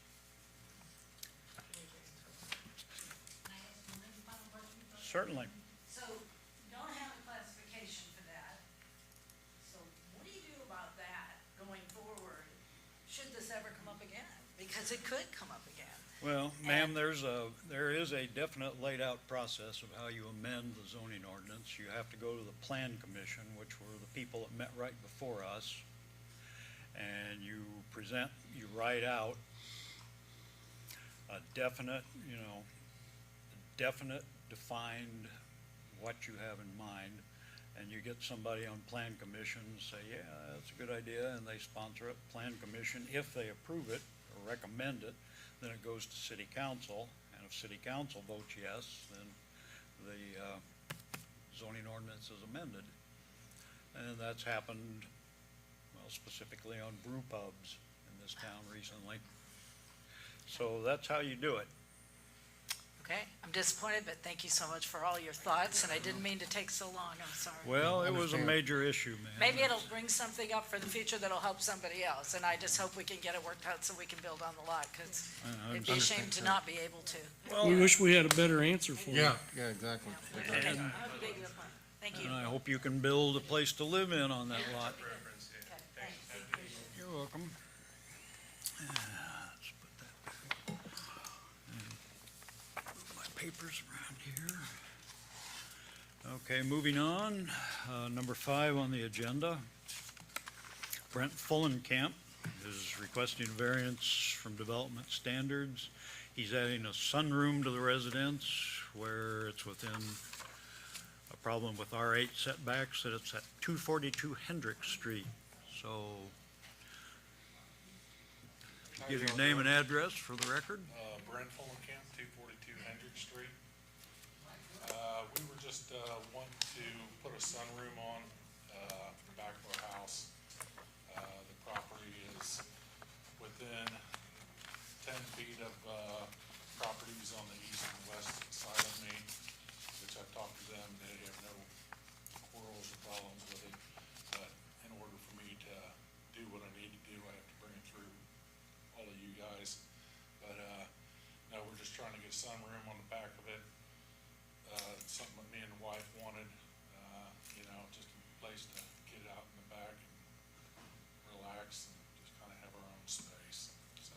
So you just needed this for the house that's already there? Yes. The sunroom Yeah, really nothing to wasn't do a with the problem. actual addition, right? Yeah, You can have the sunroom, you just can't have the house. yeah. Yeah, you build the sunroom but take off the side of the Yeah, house. That's what it is.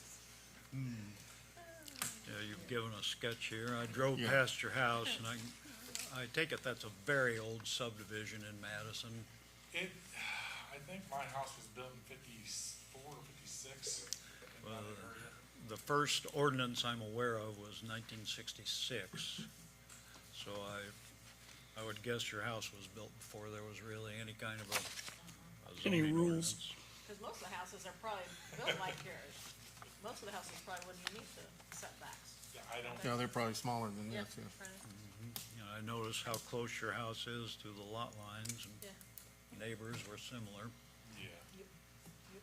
And I did send out mail, certified letters to all of them, and, like I said, most of them got a hold of me and talked to me, and they said that, it was no big deal what I did, but of course, by following the rules, you have to do this in order to obtain permits.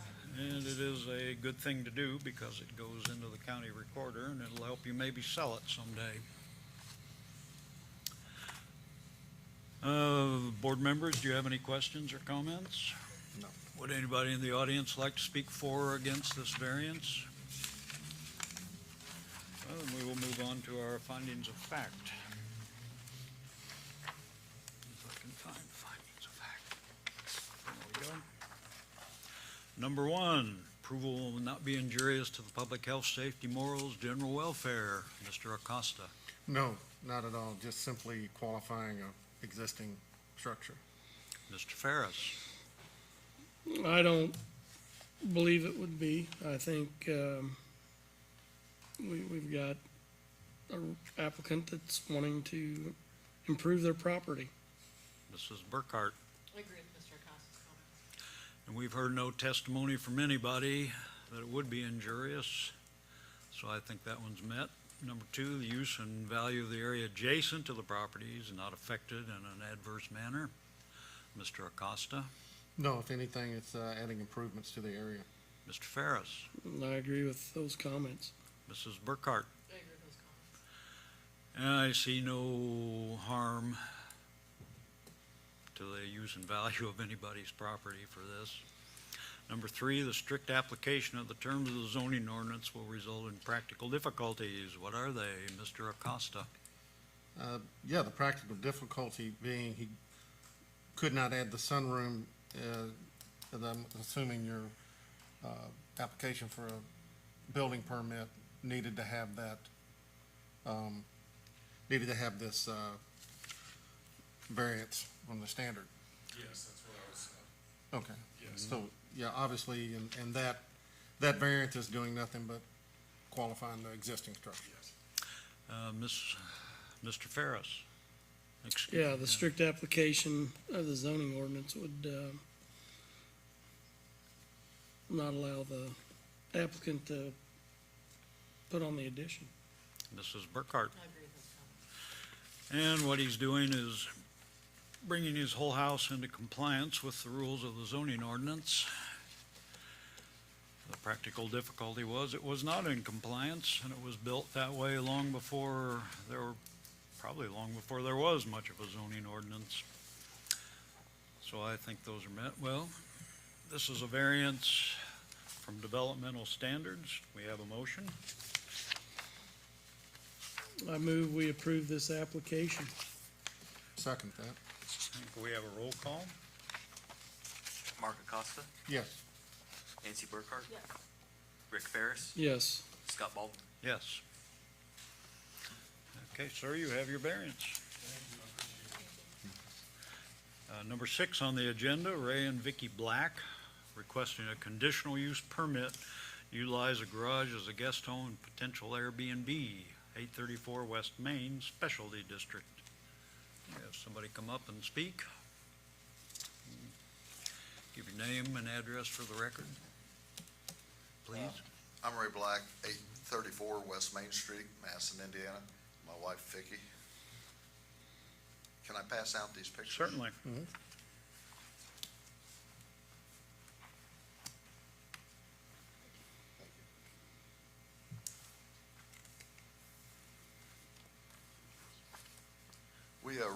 We erected a garage, two-car garage on the back of our property in 2010. When I finally retired in 2018, I started working on the inside and ran electricity, insulated, put drywall up downstairs, and then in 2019, started working on the upstairs. We have, our children do not live in Madison. One lives in Taiwan. One lives in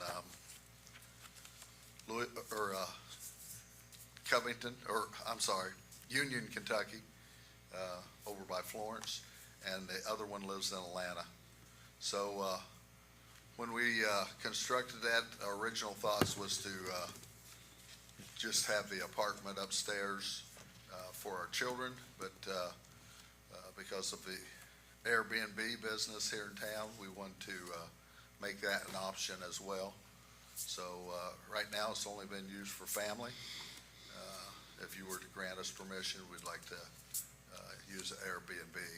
Downstairs, we have about, in the garage portion, it's about 624 square feet. And upstairs, it's right at 500 square feet upstairs. Now, where would they park? They would park either on Main Street or on 3rd Street. So it's a half a block either way. And did you tell them that when they? Yes. Would you just say It would be, parking's on their own? it would be advertised on the, we also would advertise that we have a stairs going up so that people that cannot make it up the stairs, they would be advised of that prior to renting it. As I walk down that alley behind your garage, or behind this garage, and seems to be pretty typical that along that alley, that you have the entrance to your garage and then the apartment upstairs. My sister's actually in from Florida. She's staying in the apartment right now because we have a sister with severe medical incidents, so we're trying to take care of that. So, Any other questions or comments, board members? How many at most would you say would be allowed to rent it? it would. We just have a queen size bed, so we do have a air mattress, so they could, if it could be like a family. Right, 4 would be max. 4 would be max, yeah. So 2 adults, it'd primarily be 2 adults usage, but you know, if you had a couple children, it would accommodate them. They'd probably make mom and dad sleep on the air mattress and back they take the bed. I've been there. the rules? No. I don't need put the pictures back where you can get them. I see you've got rules you give to the people. Yes, and it will be posted on our website when we have that up and running, and it would be also on the Airbnb website. I assume you board members have glanced over these. They seem to me pretty good. I would ask you to do one thing, is on number 5, Anytime, however, you say, please, no loud music, I would say no loud music or noises. Leave that please out of there. Yeah, if you know me, I would say something.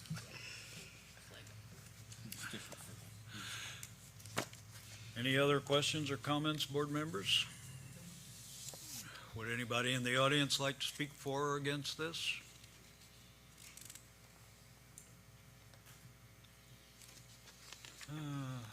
Okay, well, thank you, sir. I guess we can go through our, You want to keep the pictures? You're welcome. you can have the pictures back. I'd like to keep the rules for just a minute.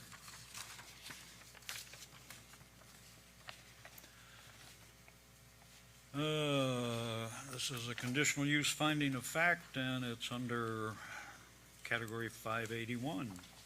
581 being retail, hotels, tourist courts, tourist home, residential motels, transient housing, other, and it's been used before similarly. Number one, do you agree this is in fact a conditional use, et cetera? Mr. Acosta? Yes, actually becoming more and more popular application. Mr. Ferris? Yes, I do. I think the definition of a tourist home fits the application well. Mrs. Burkhart? Yes, category 581 is allowed in historic or especially district with conditional use. And I agree 581 is and has been used for this application. I think that one's met. Number two, do you agree this is harmonious with, in accordance with general objectives, specific objectives of comprehensive plan, et cetera? Mr. Acosta? Yes, existing structure, just adding a use that could add to outside visitors, tourism, those type of things. Mr. Ferris? Yeah, I think it fits the general objective by providing tourist lodging for all of the events in downtown Madison. Mrs. Burkhart? I agree it's harmonious with the comprehensive plan and zoning ordinance. And I think that bringing tourists to town is certainly in agreement with this. Number three, do you think it's designed, construct, and maintain harmonious, appropriate in appearance within character of the general area? Mr. Acosta? Yeah, like as I mentioned, existing structure and amenities already. Mr. Ferris? Yeah, I think it blends in well with the neighborhood and surrounding area and just fits in with the general character of the neighborhood. Mrs. Burkhart? I agree with those comments. And it's on an alley, so I think that it's definitely not going to change the character of the area. It's all in existence already. I think that one's met. Number four, not hazardous or disturbing to existing or future neighboring uses. Mr. Acosta?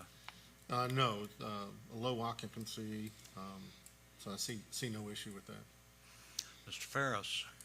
I see no issues either. I applaud the applicant for setting forth the rules before coming before the board. Mrs. Burkhart? I agree if, as long as they go with the rules enforced.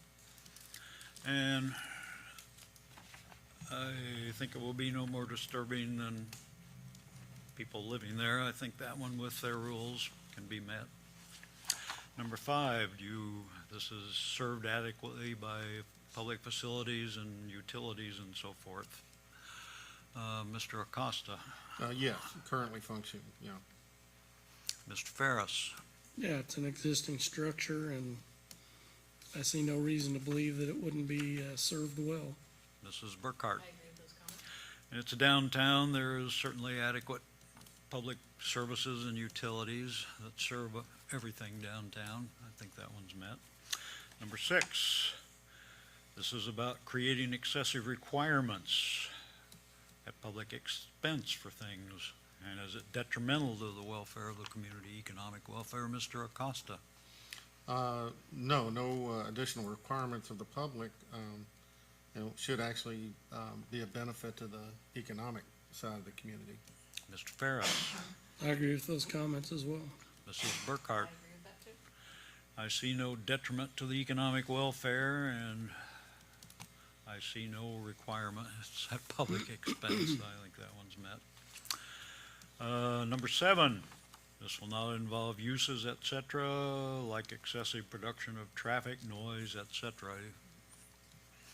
Mr. Acosta. No, I see nothing that would fall in place there. Mr. Ferris. I see no reason to believe that, any of those things would be detrimental in this, application. Mrs. Burkhart. No, I see none with the few persons they'll have a maximum of 4. And I see no excessive production, which would be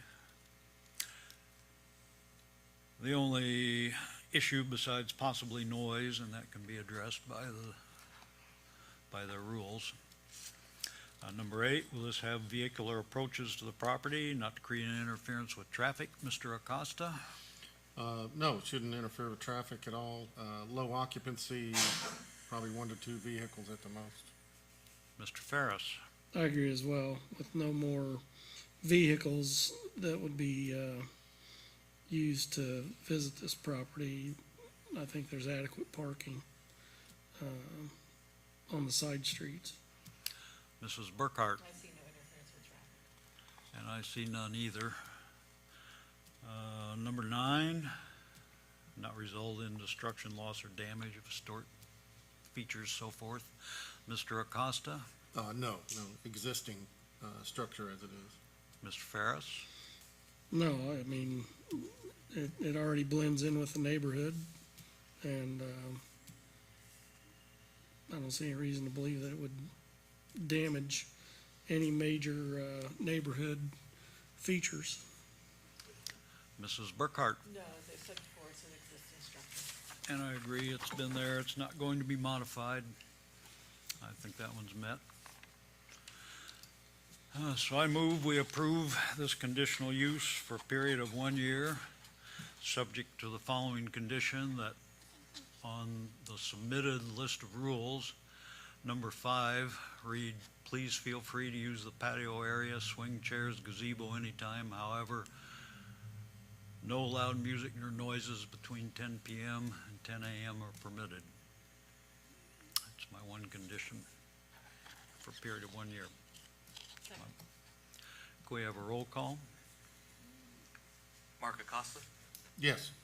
Nancy Burkhart, Yes. Rick Ferris, Yes. Scott Baldwin. Yes. Well, sir, you Your business. have your conditional use. With the one condition, of course, which will be on the orange paper they give you. Here's your rules, Ray, if you want that. Here's your rules, sir. Ray? You want your rules back?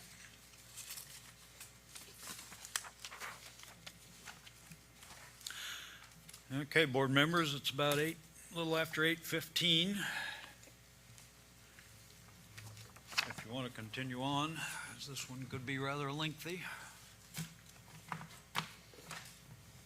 May not be. At any rate, I guess we continue. This one, well, there are actually 3 things that this company is requesting: a conditional use and a couple variances, but we'll just do the conditional use, which, if that, for whatever reason, was not approved, the variances wouldn't be needed. So this is Open Road Renewables, or Williams Power, LLC. Take one, pass it down.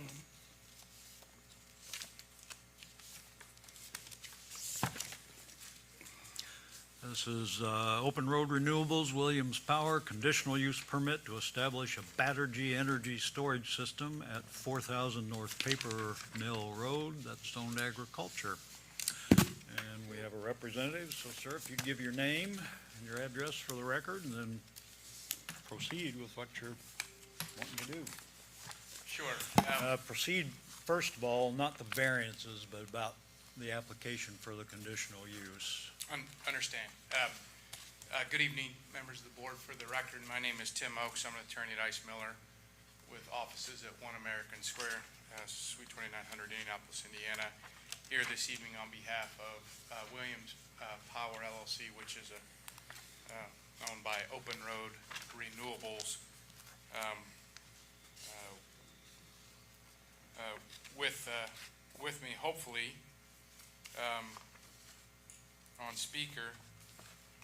Cyrus, can you hear me?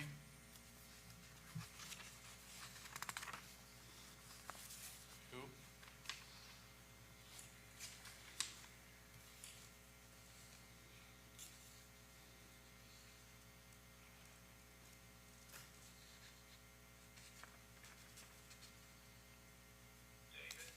Can you hear? I've got the president of Open Road Renewables, Cyrus Teshikori, who's joining this meeting. He's in Europe, can't be here this evening. Also is David Savage, who is also with Open Road Renewables. I passed out to you the presentation that is up on the screen that we'll be going through, and then a proposed set of commitments that we would agree that should you be inclined to approve this matter, that it would be executed. We are purchasing this property and placed of record so that it would bind not only ourselves but any future owner of the property. So with that, Cyrus, can you hear me?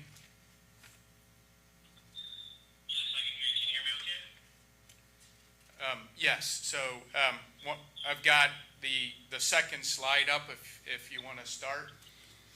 I know this is a little unusual, but bear with us.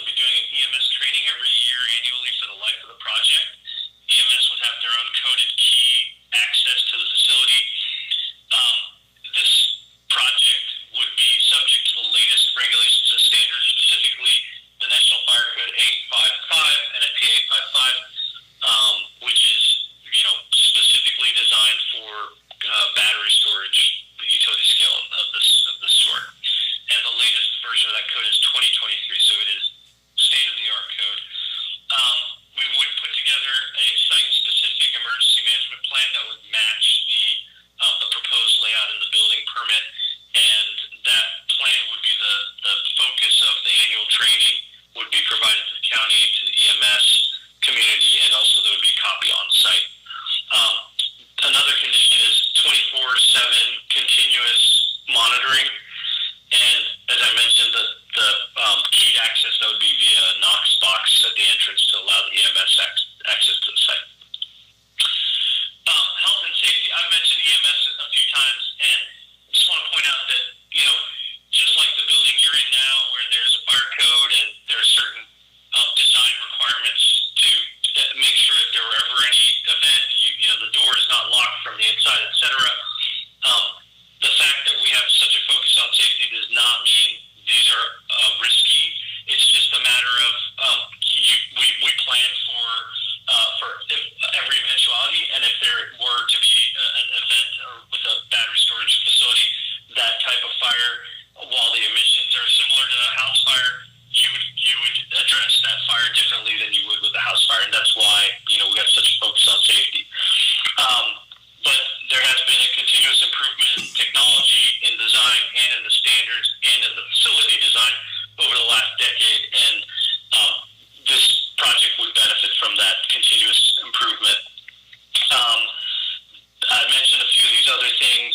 I will also just say, as I mentioned at the very beginning, that because we're going to obtain a stormwater management permit and stormwater pollution prevention plan with this project, but because there are no pipelines, liquids that could leak in the batteries or emissions, this project doesn't present an opportunity for that stormwater to be to have contaminants.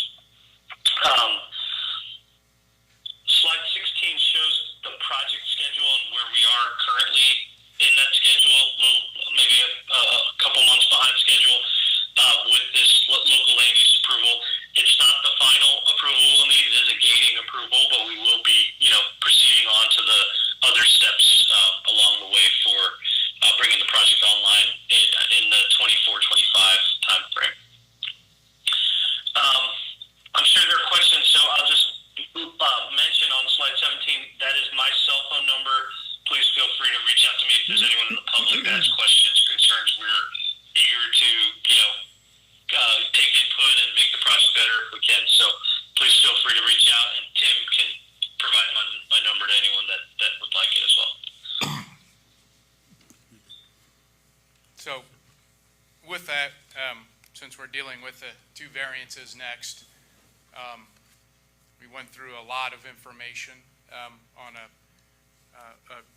use that is unique in the sense that there really aren't a lot of them in Indiana. IPL, now Indiana AES, has one. They've been there in Indianapolis for 5 or 6 years. There's one associated with the solar project. Sometimes they're done, they're smaller, typically when they're done that way. But this is a new type of use. Couple of additional follow-ups to what Cyrus indicated. One, there was an article in the Indianapolis Star. It was picked up from, I think, the AP.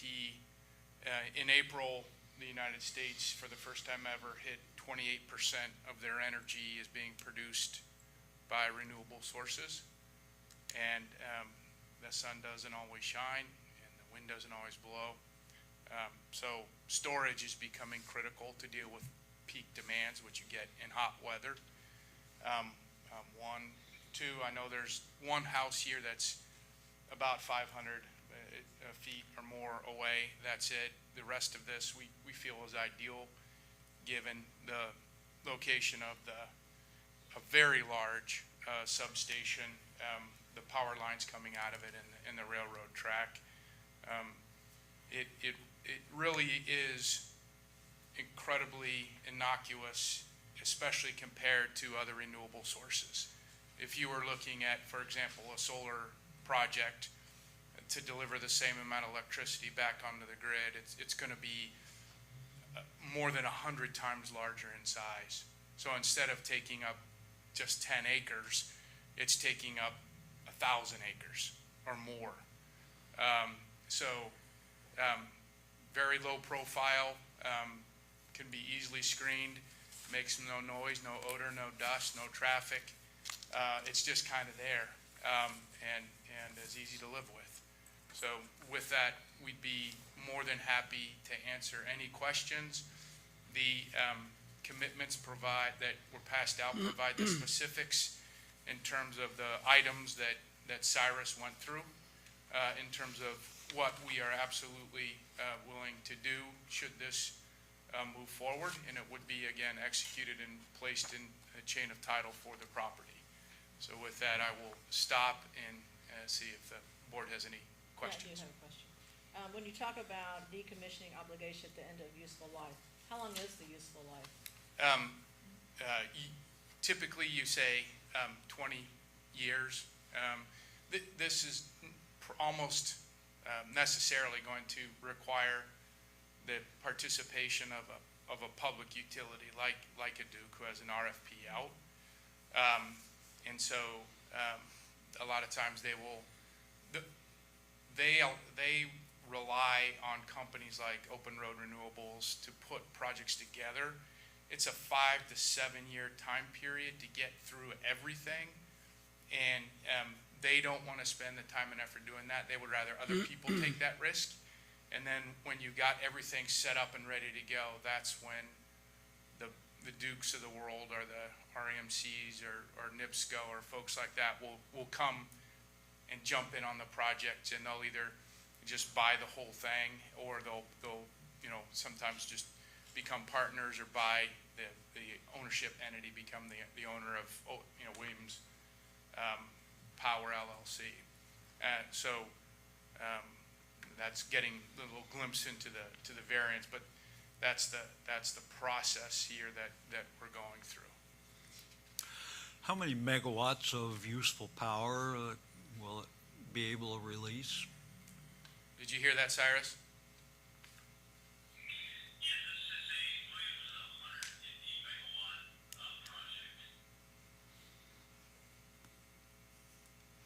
My next question is, now you talked a lot about safety in there. Yes, it did. He's asking Yeah. another question. Second question, what happens when an EF4 tornado goes right across it? Well, let's all hope it doesn't.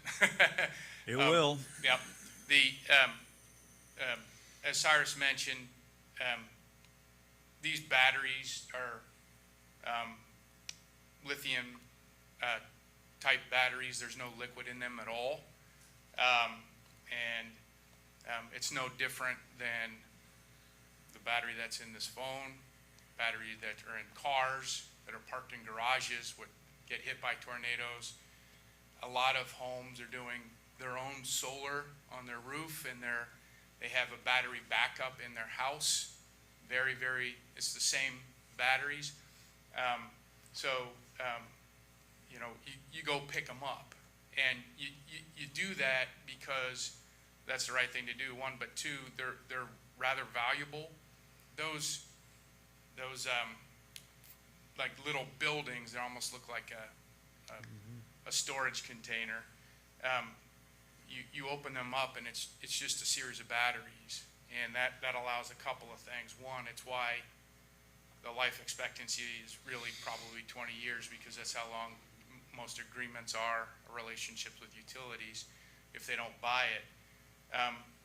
But you're able to, the technology allows them to identify a battery that may not be operating properly, so that you just come pull it out and put a new one in.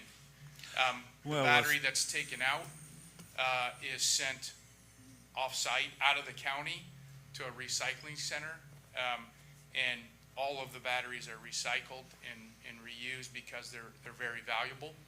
And if a tornado hit it, that's what would happen. We search out any of the batteries to the extent that they were destroyed or ripped up. They're pretty low profile, heavy, and so it would really take a true direct hit for anything to happen to them. Well, that's happened here. Sure.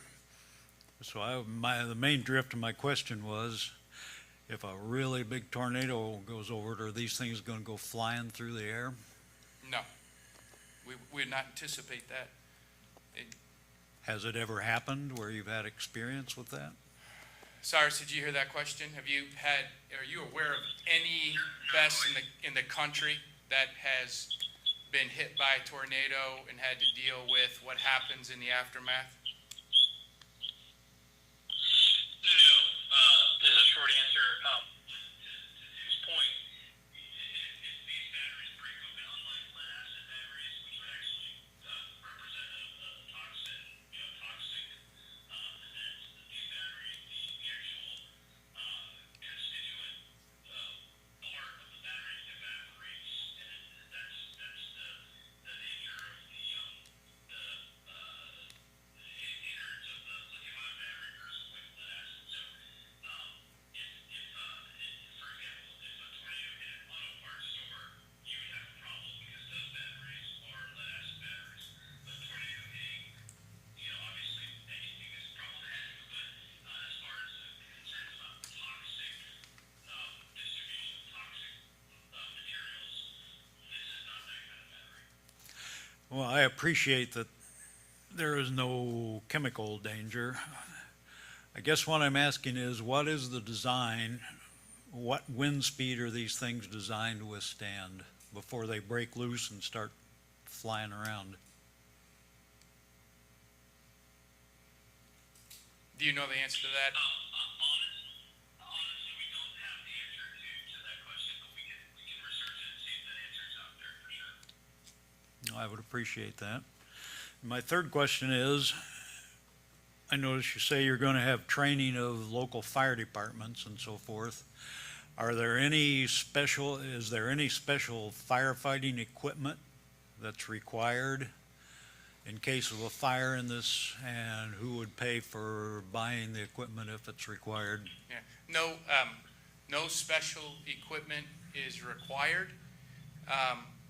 The reason, and I'm going to go back to the site plan here, bear with me a second, to help answer this question.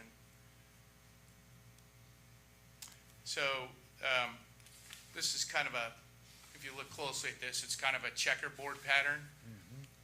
You have that kind of storage container, if you will, of the batteries that's on a concrete foundation tied to it, and we'll get the design speed for you. But they're designed like that for a reason. If, let's say, there was a lightning strike on one of the storage containers, there's no people in that storage container. They're just batteries. And you do not put people's lives and safety at risk. You let that container burn. The only thing that the local fire department would need to do would be to, with regular water, simply spray down, not the whole time, but occasionally, the containers that are on each side of the one that is on fire, just to keep them cool enough not to catch on fire, and you let it burn out. And that's the end of it. And the emissions, the smoke that goes up that comes from it is not different than what you'd see if a single-family home caught on fire and burned.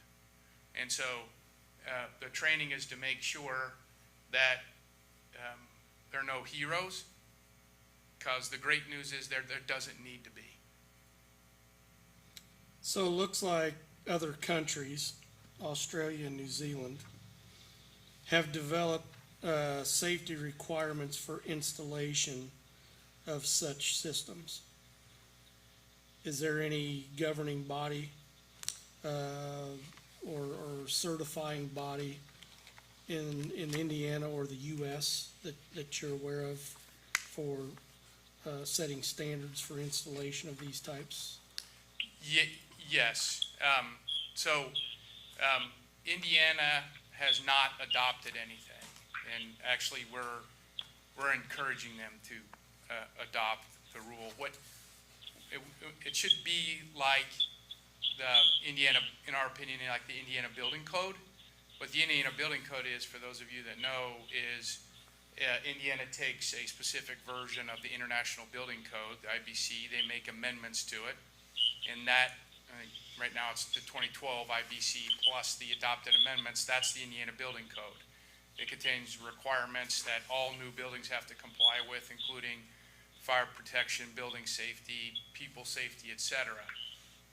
Indiana hasn't adopted anything for battery energy storage systems. So one of the things you'll see in the commitments is that we would comply with, and Cyrus referred to it before, it's standard 855.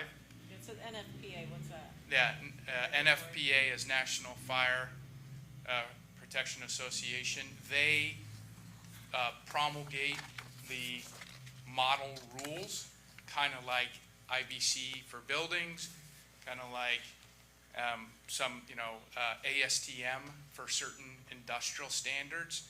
That's what the NAPF does, and that's what 855 is intended to do. And in our commitments, we agree that we'll comply with that standard, which is a national standard, or if Indiana adopts a National standard for what? for battery energy storage systems. It But is- for installation? It's or for operation? It's for design and installation and operation. They're all linked. So installation is part of that Yeah. code. Yep. And the I'll come back to that in a second. But so we would agree to comply with that standard, which Cyrus mentioned is going to be amended and updated for 2023. We won't be starting to build this because of the timeline until 2024. So we'll comply with whatever the newest standards are, which are best practices. And if Indiana in the interim adopts standards, we will have to comply with those, and we'll comply with whichever standard is stricter, because you prepare for the worst and design so you don't have to deal with it, which is what you do with public safety. You don't skimp or cut corners. You just do it right, and that's why we've agreed to follow that standard. It says, I know you said you monitor remotely 24/7 with cameras and sensors. Let's say the cameras and sensors go down. Then does somebody from your facility go in to check in it, or do you have someone local that you've trained go in? Cyrus, did you hear that? No, sorry. So she asked, what happens if the cameras and remote telemetry goes out on the project? What would Open Roads do in that situation?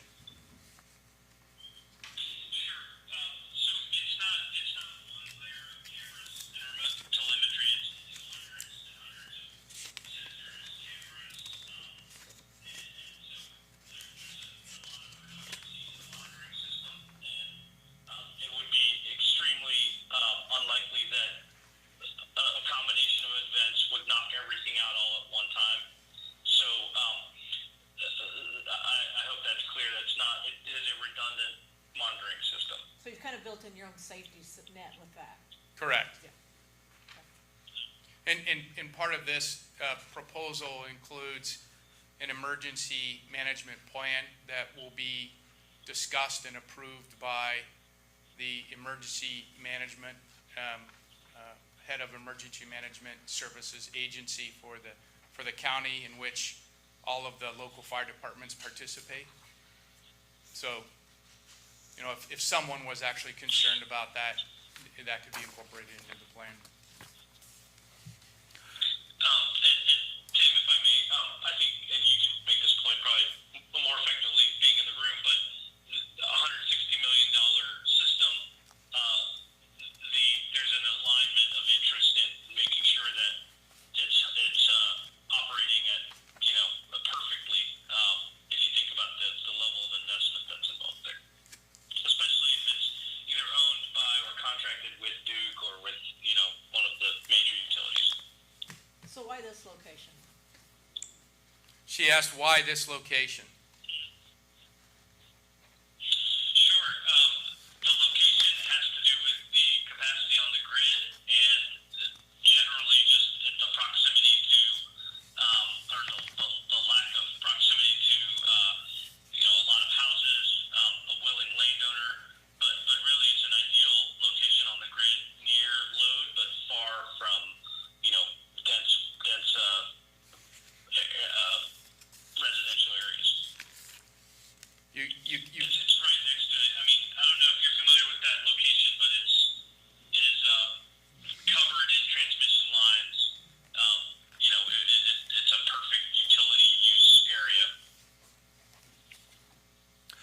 is this potentially gonna extend the life of the Clifty Creek Power Plant? So I gather that your general idea is you'll charge the batteries at night when demand is low, and then at peak periods during the day when it gets hot, for example, and everybody's air conditioner comes on, then you'll release power from the system. But a good deal, well, you chose this because Clifty Creek Power Plant's just right down a mile or two away. So Yeah. is this potentially going to extend the life of Clifty Creek? The location of Clifty Creek Power Plant actually doesn't have anything to do with this location. It's the location of the substation, because that's how we offload and upload electricity onto the grid. And I don't know what the current owner's plans are for that power station. So, and I don't think that, can't even see how this project would do anything to lengthen the life expectancy of that plant. The two are unrelated. So it's advantageous for you guys to be located that close to Duke's substation. Yes, it has to be close to a substation where there is a reasonable expectation that MISO, which controls the electric grid in almost all of Indiana and several other Midwest states, you have to go through a very elaborate process, and that's where they started here, by the way. The first application was with them because it's such a long technical process, but you have to go to a spot where there's adequate capacity on the grid when there's a peak demand that you can upload it on. So you can't necessarily go next to any substation. That substation might be a capacity. So you look at the factors that Cyrus just mentioned. You've got to have, ideally next to a substation, has to have adequate capacity with the grid to upload with a willing property owner, and ideally in an area that makes sense.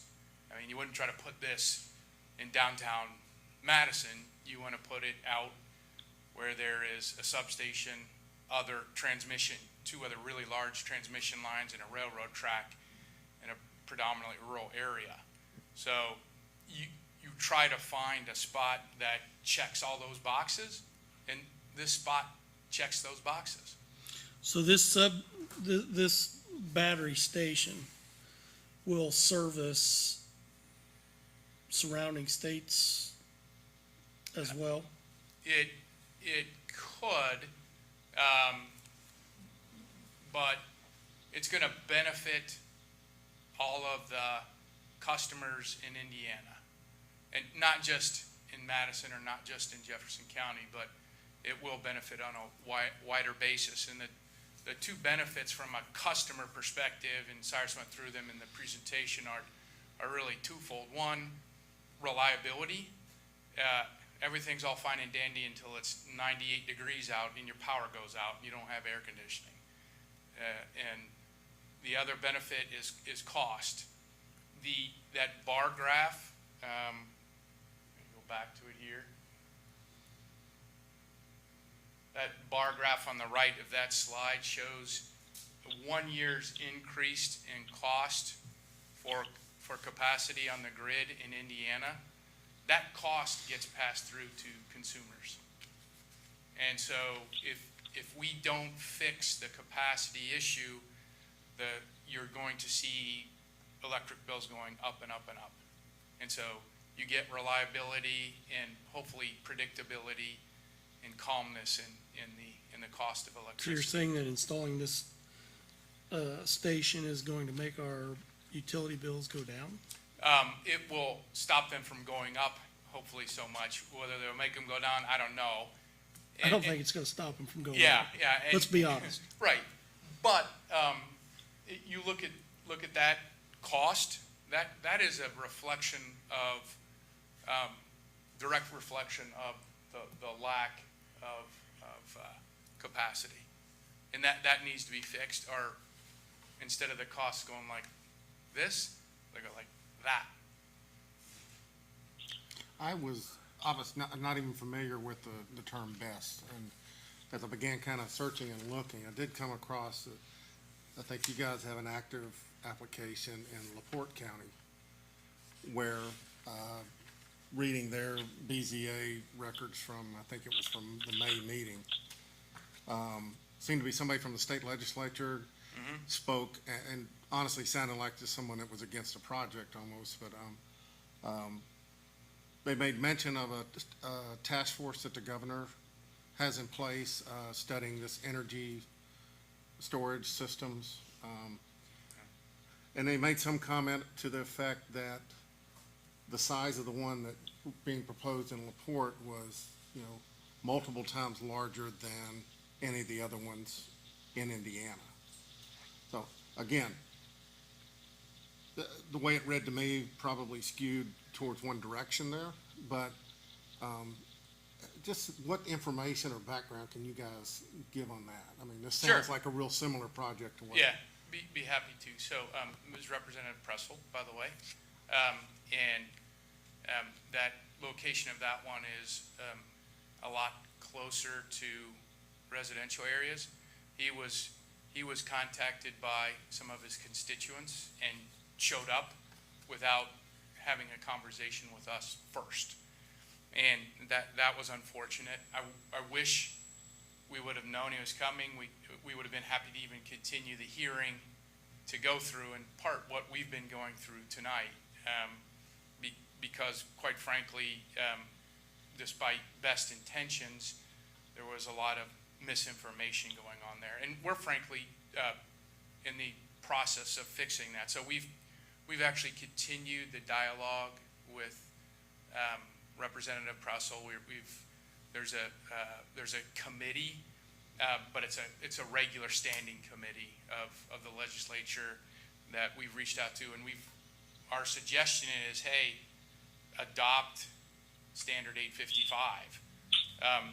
If you understand what's going on here, we don't think anybody should be getting terribly excited about what's being proposed, because if you look at the whole vast array, particularly on the energy side, but even on the industrial side of the world, the risks associated with this project as it relates to the public as a whole is very, very small, very small.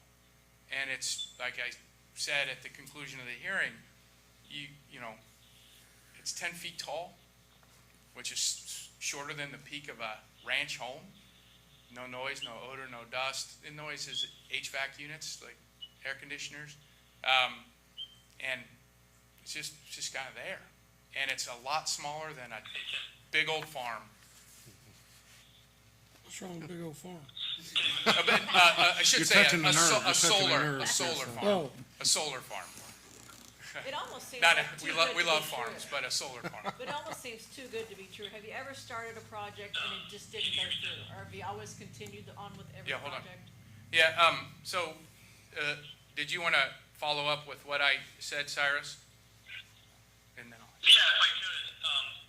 So I wanted to just make a couple of points. First off, that we engaged at length with Representative Pretzel and essentially came up with what we've proposed as the base proposed conditions on this project, and substantially addressed his concerns. And as Tim mentioned, some of his concerns were just primarily driven by a constituent in particular who was quite vocal, unrelated to the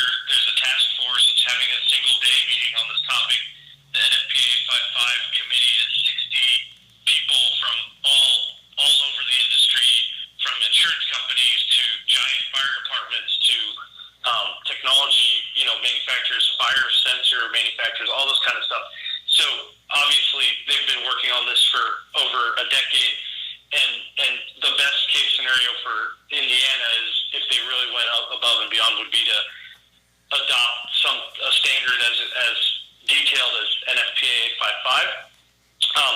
So we're putting that in on this project, directly in response to those concerns. I just wanted to make sure that was clear. So then a follow-up question, Cyrus, was have you ever started on a project and then not built or finished it? That is a possibility, to be perfectly frank, that not start construction, but an approval here, a land use approval by this board doesn't guarantee that we'll be successful with this project. Certainly, a project would never start construction or achieve financing and then not be finished. But, there are other things along the way that, we've all seen supply chain impacts over the last couple of years, all kinds of surprises that could come up that would prevent a project from going across the finish line. We've done a lot of work already. We spent millions of dollars already on this project. We put it into the MISO queue way back in 2019. We've done tons of work. So we feel very confident that given this land use approval, given the demand from the Duke Energy and other folks, that this project's going to be successful and everything we're showing you here will be realized. But it's not a guarantee. There's still risks that, for a variety of reasons completely unrelated to this land use decision, that the project could not come online. But we're putting our money, where our mouth is, and but it is a gating item that we need this land use approval in order to move on to the next steps. If you look at the schedule on slide 16, you can kind of see that there are next steps, and this is a gating item to those next steps.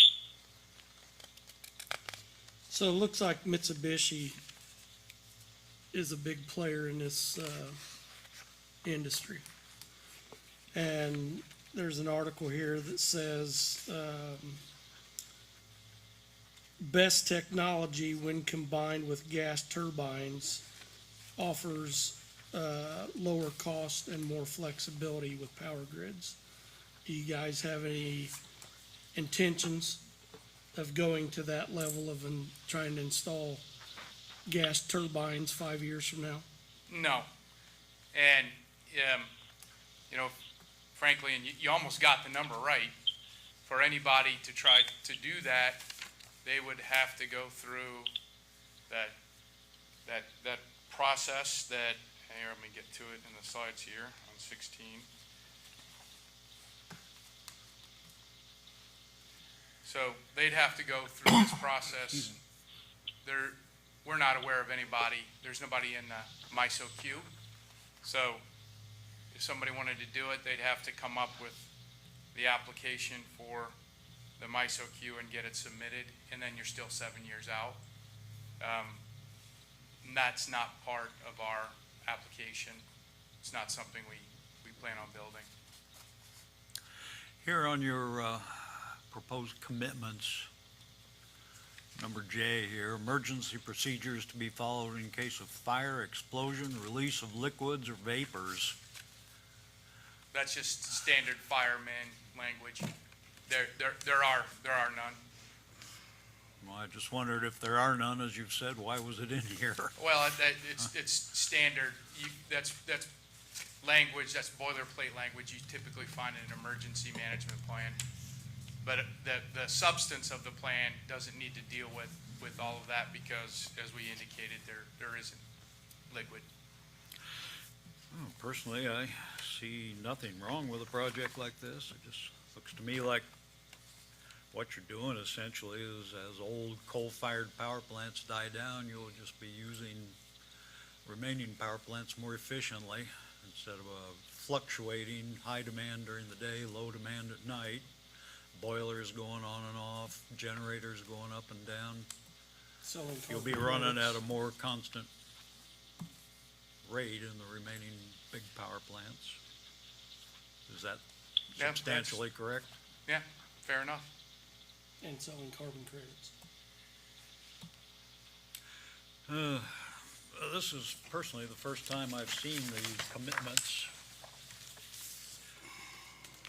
I think any of us, this is the first time we've seen this. So board members, would you want to continue on with possibly granting a conditional use permit right now?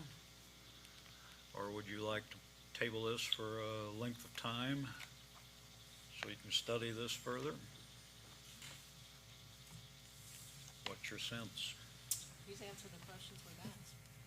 It's been pretty thorough. Tim, would it be the end of the world if it went to the next meeting for me to review these? No, it wouldn't be at all. And if, I don't think that they want to delay it. I don't no, really I want to delay understand it that either. there was a question that there was one question we couldn't answer. Yeah, you didn't answer my question about what wind speed are they Yeah, designed to withstand yeah. before they break loose and commence flying about the We just don't, countryside. we don't have that readily available, so Well, I we can appreciate go, knowing that. we can go get that. But, we can't provide that tonight. Tim, So, is there anything else in your presentation that would need to be added to do the variance proposals, or did you cover everything in this presentation? you know, really, we covered everything. There might be some specific questions related to that, but when you look at the time period involved, this is, for Indiana, it's extraordinarily elaborate in terms of what you have to do to get a renewable energy project done.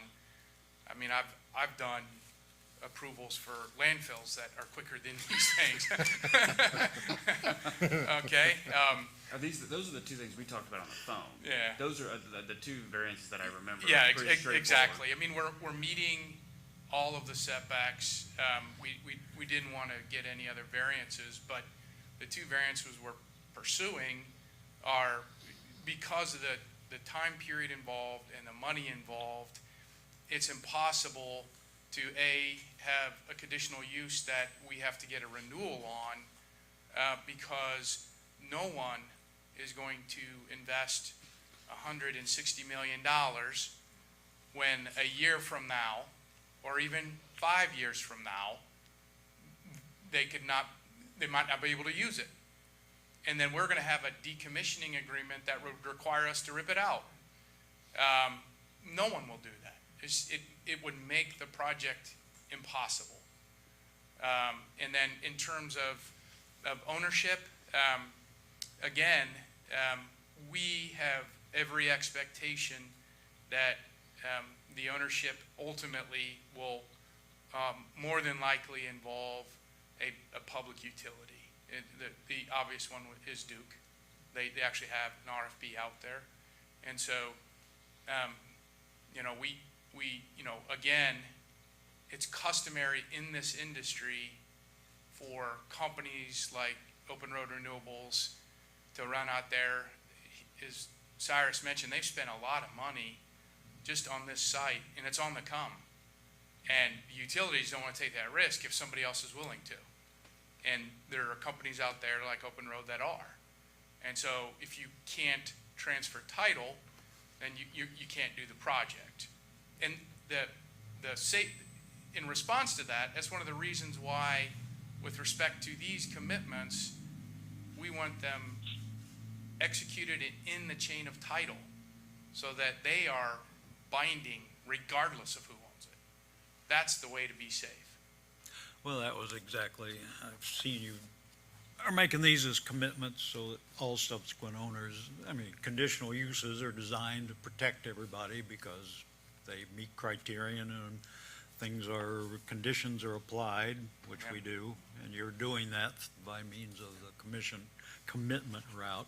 Right, so if there's a little more time needed to study these, a little more time necessary to get back to you on the load questions for design, we are happy to do that. The big thing I was trying to avoid was keeping you having to come back. That's what I was trying to keep from. You know what? But and I know this is self-serving, but I go all over Indiana, and Madison's one of the better places to come to. All right. Well, it's all right. Yeah. Okay. All right. Thanks for the plug. So Devin, you'd like another more I think time it'd be to look nice at for it? Joe and I to look these over. Yeah. And I maybe we agree. could just approve everything at one time. Yeah, and I don't see any problem with we actually talked about the other two things, so I knew those two variances were coming. But I would like to talk Those make about sense to these me. a little bit, so. Yeah. And then we've already talked, I have his email, so we can Yeah. hash out any issues with these before the next meeting, so there's no issues. If we develop questions of our own, should we come to you? I would go to, Or through Joe? Yeah, Okay, he'll get them to me. okay. And, would it be best just to postpone this to our next regular meeting, or have a special With a goal meeting? to get it Yeah. accomplished at that meeting. I think that's more than adequate time, given the Okay. questions that are Okay. before us. And I'm not trying, I'm not trying to get in the way, I don't want. No, I want you or your client to understand. feel that way. I mean, this is a It's a big hundred and deal. 60 million project that's not a little thing. And if you all aren't comfortable right now, then I don't want to push. We think the project speaks for itself, so, you know, an Well- extra month of scrutiny doesn't bother us at all. Personally, I think, I don't have all that many qualms with it. I just want to know, you see, we had an EF4 tornado go through Hanover and rip up Hanover College. We had one go through I remember it. Henryville. It made the news in And Indianapolis. it It killed was some big news. people south of here. Yep. So there's a very good probability of a tornado going right over this thing. You know, Murphy's Law. If it can go wrong, it will. You know, I understand. Boy, Chicken Little. Yeah. I would scoot away from it. I had a tornado hit my grandmother's house when I was young, so. It's on table. And I lived through one in Iowa. Yeah. So I move we table this application until our next regular meeting. Second, yeah. All in favor, say aye. Aye. Opposed, no. Well, it's tabled till our next regular meeting. Do we need another motion for the variances? For the other two. To table those Okay. as well. I move that we table application for both variances until our next regular meeting. All in favor, say aye. Aye. Aye. Opposed, no. They're tabled. Thank you very much for your So, time, and certainly, you know, as everybody up there, I'm sure, is very, very much aware, we can't have any communication with the board, but we're more than happy to have as much dialogue as your staff would like, and we look forward to that, so thank you. We appreciate it. I think- Thorough. Yeah, you guys did a Nice great job presentation, yeah. presenting the information. I Thank you. would like to note for the record that there was no representatives from any fire department here, Or anybody, or any interested parties. There was nobody, Duly noted. just for the record. You're saying Tony doesn't count, so. Poor Tony. Okay, Thank you, sir. sorry, so we can chat tomorrow. Yep, bye. Okay, well, moving on to the final thing, old business. There were 3 people who had not paid their renewal fees. They've all been paid. I don't think there's any need to read them. And therefore, their conditional uses are renewed. And other than that, is there any other business I've missed? there was Back to Melissa application Miller. 2. Pardon? Oh, yeah, she didn't show up. Melissa Lee. Oh, yes, that's true. That was, let's see,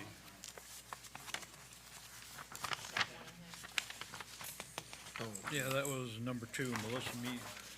I move that we table the application of Melissa Lee Miller, variance from developmental standards at 718 West Third Street. I move we table that until our next regular meeting.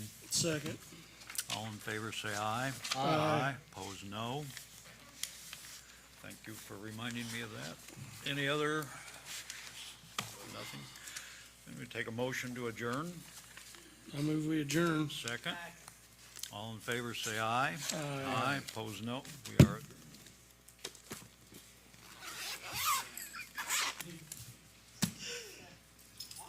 Chicken Little.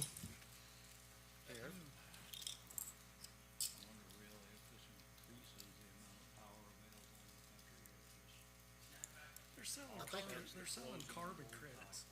That's where they're making their money. really? Yeah.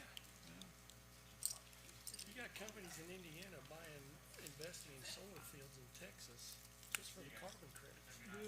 Because